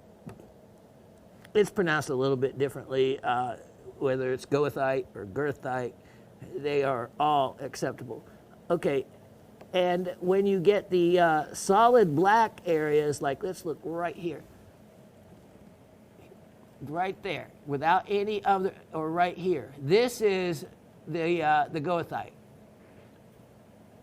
These solid black areas. Right above it, of course, hematite and goethite, they're both iron oxides. So yes, there's a difference, but they are closely enough related that it doesn't take much for one to form the other. So you have the goethite, the smoky quartz. See, right back there, that dark black, that's the goethite. But look at the incredible smoky quartz. And this is such a multi-level, formed piece that, perfect, Dave reading my mind. Okay, so it can sit in so many different directions for display that you could change it around and mix it up, or look at that, put it so you can set other little little gnomes. You ought to see what Raven does. She's got little creatures and little things and pieces that she just puts them all over the place. But it's her, and that's all I could ever hope is that she gets to lay out the rocks and minerals in the kitchen, and well, in the whole house any way she wants. And if you move one, I tell you what, she knows it. She knows it. Just like, what's that movie I never can remember? The penguin pointing the wrong way. You know, in the guy with the writer and the typewriter, stranded in the woods with Kathy Misery. The movie Misery. Yeah, if you've ever seen the movie Misery, which, you know, if you haven't, you need to. And I won't give anything away. But yeah, there'll be a little penguin in the movie, and then you'll think of Raven and her 10,000 rocks that she knows the position and the direction that every one of them is turned in. And if there's any doubt, then she just looks for the dust ring. For where I did it, place it right back exactly where the dust is around the base of it. All right, here's an amazing piece, and at a price that, you know, if at a mine, they would be so mad if they knew how low of an opportunity I'm offering it for, because of what they charge for this stuff is insane. Anyway, it's been long enough. I don't even know what it would go for anymore, but $68 I know is a super inexpensive price for that. Just really inexpensive price. So, and it's for that size piece and that kind of mine for it to come from and the look that you get, well, yeah, that's a great opportunity. Now, speaking about great opportunity, I'm getting ready to show you one right now. This is a fun one. 879-919. 879-919. And I have this. And this is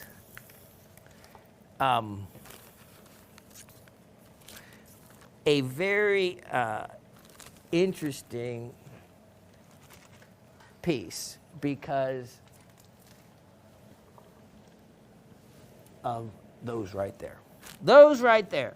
This is actually the first Pakistani apatite piece that I had gotten, and it has albite feldspar. Oh, albite, yeah, another one of those feldspar that wants to make the claim to fame that it's the moonstone feldspar. All right, look at that. See that? Look at those crystal faces. This is the rare pink apatite, and this came along. This was a specimen I had before I got that other batch. So, and then look at these other crystals here. Wow. And then look at all these others that if you had the time, you could do specimen preparation. Look at these. See, this is what spooks me when I offer stuff really inexpensive. And then I get to seeing this. Guess what? This looks like it is a crystal. It's covered over in this common, you often see this white material that will cover over some of these specimens. That looks like a crystal underneath there, and I'm afraid to do anything in front of you guys because, like I said, we don't redo the camera shot. Look at that. But I'm thinking that sure looks like a crystal hidden underneath this white stuff that you could figure out, I'm sure, how to remove it either by hand or not. Look at this. Look at this. This entire, yeah.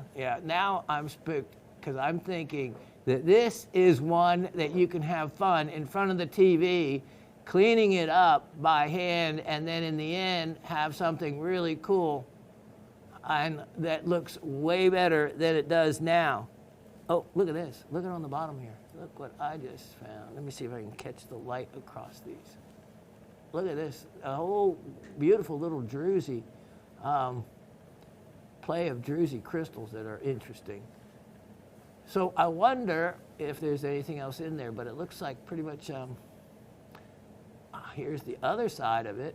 Wow, here are some more. So you know how you can tell whether they're apatite or not is a ultraviolet light. These will glow a wonderful yellow for them to be apatite. So then you would know. But there is probably a lot more going on here than I actually realize. And then the price will even reflect. Because this is,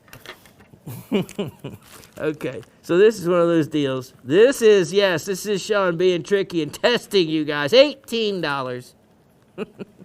$18. And that is more fun than a barrel of monkeys that probably anymore cost you $18 to have too. You know what? I had a barrel of monkeys.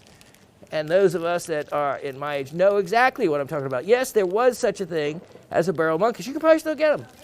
Yeah, they were awesome. They would hang off of each other, and it was literally, I think, called a barrel of monkeys. Yeah, you heard Raymond just say they were awesome. So, yeah, and you know what? I also had Lincoln logs. I loved my Lincoln logs. Zircon. What is this? North Carolina zircon. Well, you know what? Since we were talking about feldspars, let me show you this one. Wow. Okay. Yeah, let's show you this. Item number 965520. Bitonite. Now, we've talked about bitonite before. And what it is, it's a calcic plagioclase. What? So by definition, it has to be anorthite. See, anorthite, hadn't heard that one. That's another type of feldspar, 70% anorthite. So I have to laugh at myself sometimes. But it is, okay? So I know what a calcic plagioclase is. So this is a feldspar that is heavy on the calcium side. Other than that, it would just be a plagioclase. Plagioclase is the type of feldspar that labradorite is. Bytown is the name that used to be, or no, excuse me, was the name of Ottawa prior to, okay, I got the word that right. Bytown was the name of Ottawa prior to it being called Ottawa. Still not the way I wanted to word it, but that's as good as it's going to get. It was the original name of Ottawa. Ottawa, Canada, yeah, big, was Bytown. This was named after that. And so a feldspar is an aluminum silicate with oxygen, and the first portion of it changes. The calcium and sodium happens to be in this one. Let me show you. I have four tumbled, and I tumbled all this myself, and this is facet grade quality. And when I bought this, I bought it from a dealer. Literally, he had a wash bucket, a big wash bucket of this material, and I hand picked out a whole bunch of it from the wash bucket. But look, let me show you. Look at the facet grade quality of every one of these. Every one. If you've never cut or faceted or cabbed or drilled or anything of feldspar, this is a fantastic opportunity to get in on really high quality material. Look at that.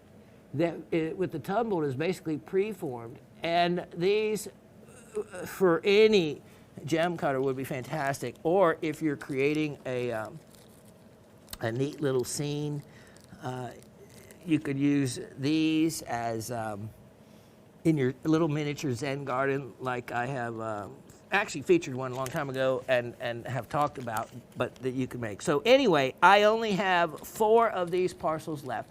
And that is just one random one I pulled out.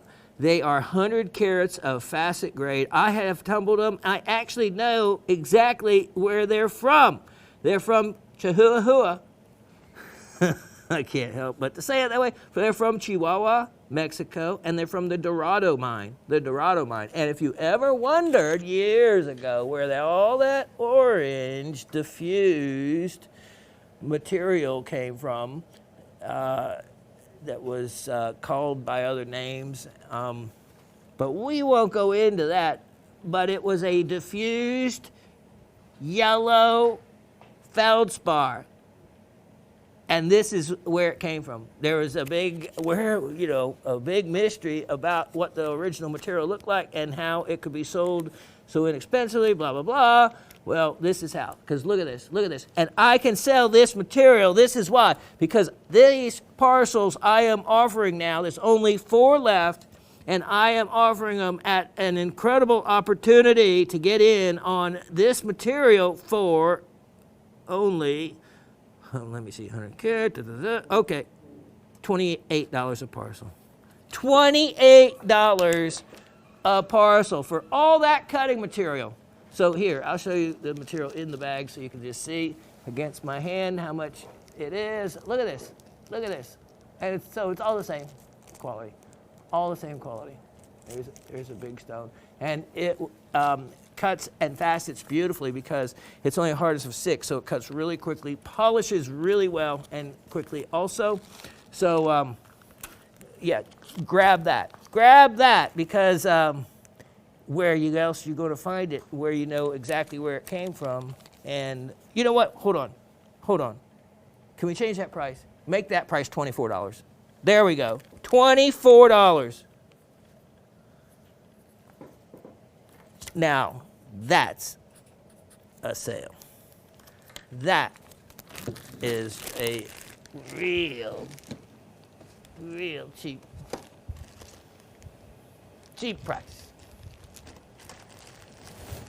Okay, we have this, we have that. Let me see. Oh, here we go. Here we go. Item 1005421. 1005421. Now, since we talked about chlorite earlier, let me show you another common form that you may think of chlorite coming in. So you saw chlorite in the clinochlor form, and chlorite you saw in the green chlorite in the quartz. Well, let's show you some faceted chlorite. Faceted quartz with, look at the green chlorite in it. See, that green chlorite looks very much like the Pakistani quartz and the chlorite in it. And here's another faceted gem. Look at that. Look at the beautiful color of the chlorite, the purples and the greens. Look at the different colors of that. Isn't that amazing? And then look at on the back. Now, years ago, we used to sell a reverse intaglio is what we kind of coined. And it's where carvers would go in from the back and carve it out, and you could see the image of the carving from the front. And it would be done where they'd carve, like, let's say, a little fish, because it would look like a coral reef. And it'd be like a fish carved into the back in the coral reef. There were so many different designs. It was really amazing, a lot of fun to offer those and to just to see and be impressed by the workmanship and the talent of the carvers. See, that's just part of the crystal they left natural back there. But from the front, it's really beautiful. So here's an opportunity. How about both of these, which is 52 carats. $1 a carat would be a good deal. That'd be $52. 50 cents a carat would be $26. How about this? I don't even know how much yeah, I'll calculate it. Let's make it less than 40 cents a carat. Let's make it around 35 cents a carat or so. $18 for the two. $18 for both stones. People like Harry and Anthony would know how long it would take to cut one of those. And for me to offer them for $18, look at that. Look at that. I love when things self-display like that. Wouldn't that be beautiful in a display case, just leading like that for $18, $9 each one? And, you know, you could always say you cut them, because I know you could actually physically have the skill to do it. Why not? And lay claim to the fact that you cut them. Because I know and you know that you have the skill to do it. All right, let's see. 104 2921. 104 2921 is going to give us in a you get a suspension box with these. And look at that. Look at that. Tourmaline crystals. Tourmaline. And these are from Afghanistan. The pink, yeah, these aren't the Russian material. These are the pink paprock Afghanistan crystals. Very desirable. The paprock crystals are stunning. So many of them. And look at that. You get a little bit of a kind of a greenish, yellowish color to that. This one, look at the clarity to that. Nice termination. There's probably a stone, facetable stone in there if you so wanted. But great display stones. And let me see if they do what yes, they do what I really always like for them to do, and that is to stand up on their own. I get tickled. Look at that. How cool is that? That means they'll stand up in your showcase. Look beautiful. All right, the price of two of these, both of them. They are 22 carats. What? $2 a carat would be $44. Let's do this. Let's do this at $1.50 a carat. That's $36 or so. Anyway, however much it is, that's how much they are. Only $36 for the two pieces.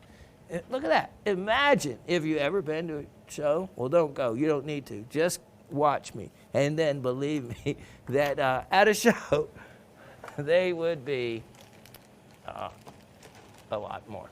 A lot more. And now, sticking with the crystals like that, 105 8822. 105, 88, 22. Let me show you what you get for that as another suspension box.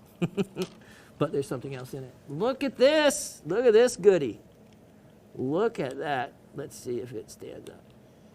That would be, oh, I think, oh, I got too excited. It might. Oh. I'm going to sit here and do it until it does. It will. It'll stand on its side. That's cute. Well, it does do that, doesn't it? All right, I take back my laughter. This crystal, Russian Heliodor, and this is the true Heliodor. You know, Heliodor, the name was originally given meant to be for a greenish yellow, yellowish green barrel, and then somehow it got to where it was okay for a yellow barrel, a golden barrel to be called that, any kind of yellow barrel. And, but that's because it sounded better to call it a Heliodor. But that's not a true Heliodor. Originally, this is the color of what a true original Heliodor is supposed to be. And see, this is why I should get sticky stuff, but I don't like to use it. I just know it'll stand up. I just know it will. I'm going to sit here. If the turntable wasn't moving. See, this is where the stubborn comes out. Okay, I'll go with us. I know. I should put the goop on. That's exactly what I always called it, goop. I always called it goop. That's what it needs. Because it just looks better standing up. It would take me only a moment on my faceting lap to flatten that, to make that stand up. But then it wouldn't be the original face. I'll leave that to one of you. But look at how beautiful that would be to make actually as a pendant. And by the way, look at facet grade quality if you actually want to remove a portion of it and cut a stone with a genuine Heliodor color. Anyway, this jewel, guess what? This is a stone I can't get anymore. You think Russia has anything to do with it? I couldn't get this if you gave me $1 million. Look at that. Look at it. Almost was like,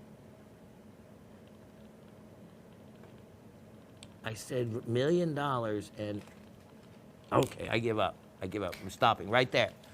Anyway, I couldn't get it if you gave me $1 million and well, we'll end it there. Believe me though, if you want something collectible, get a Russian Heliodor. And you know what? The price on this I have is ridiculous. $36. $36 for something I couldn't even imagine being able to even get it. I couldn't get it from the dealer who got it from there. All that is shut down. Anything like that is no more. Okay, what do I have here? Let's see how much time. Oh, we only are running out of time. So hold on. Let me grab it might be a last item of the show time even. Wait. There was something back here. What was back here? Anything back here? That. Oh, you want to keep that. Yeah, there was something on the backdrop that I should have showed before Raven made claim to it. You know what? I have that big skull aside. Oh, wait. This piece. This is a good one because this is an educational piece. Item 101-5021. This is a good one to end in because this is a made in America one here. And I think you'll have to hand, oh, there we go. Check this out. This is an incredible chalcopyrite. I challenge you to find a square on this piece. And you know what? I challenged myself when I was looking at this to see if I could, that way, I could put pyrite on it. And there wasn't any. And here's the other neat thing. This is natural color because remember, there are chalcopyrites. And what they do is there's an acid and they can either individually go and put an acid on these and it changes the color. to all those fancy bright colors. Now there is some of those natural colors, but you don't know. You don't know whether it's natural. They could call it natural, and it could be that bright blue or purple or whatnot. And maybe it is, maybe it isn't. But when you see it this color, Dave, did you find one yet? When you see chalcopyrite this color, you know it's natural color. Now, if you want to turn it all those colors, you can, and if you want to. I'm not going to tell you the acid to use or whether you use heat or not, but there's combinations that make what you see. I just see triangles. Triangles are what you look for in a piece like this if you're trying to determine whether it is, what is that down in there? Hold on, chalcopyrite, or whether it is pyrite. Hold on, what is that? Okay. All right, there it is, chalcopyrite. The white, now there's something different right there. Could be calcite. So, see those triangles like on the side? When you see that, you know that you have chalcopyrite. Yeah, there's some other, all right. And now with the crystals in the background are either, you're going to have either calcite or dolomite. And oftentimes, the two can look very similar. And in this piece, let me see, where I have written calcite, I may be right. Because I wanted to make sure that some of these weren't dolomite because they can look very similar, very, very similar. And a good way to tell is with fluorescent light. And many times the calcites will fluoresce and the dolomite won't. So I wrote calcite on there. I will stick with that unless you check it out to be something different. And it may be. I've had this specimen quite some time. And at first, I think some of these were represented to me actually wrong. So just make sure you figure it out yourself if you want to know for certain whether it's calcite or dolomite. But look at it. So there's the only one tucked away I see down in there with some of the iridescence. That's the way you know you're getting the real thing. I think that's what's important, that it's natural color. Really a beautiful specimen. Made in the USA from the very well-known mines of Reynolds County, Missouri, and I have marked this specimen down to sell, and let's make it only, you're not going to believe this, $21. $21 for natural color and everything that it is. Let's look at the back. Yeah, you have your, have some growing right there.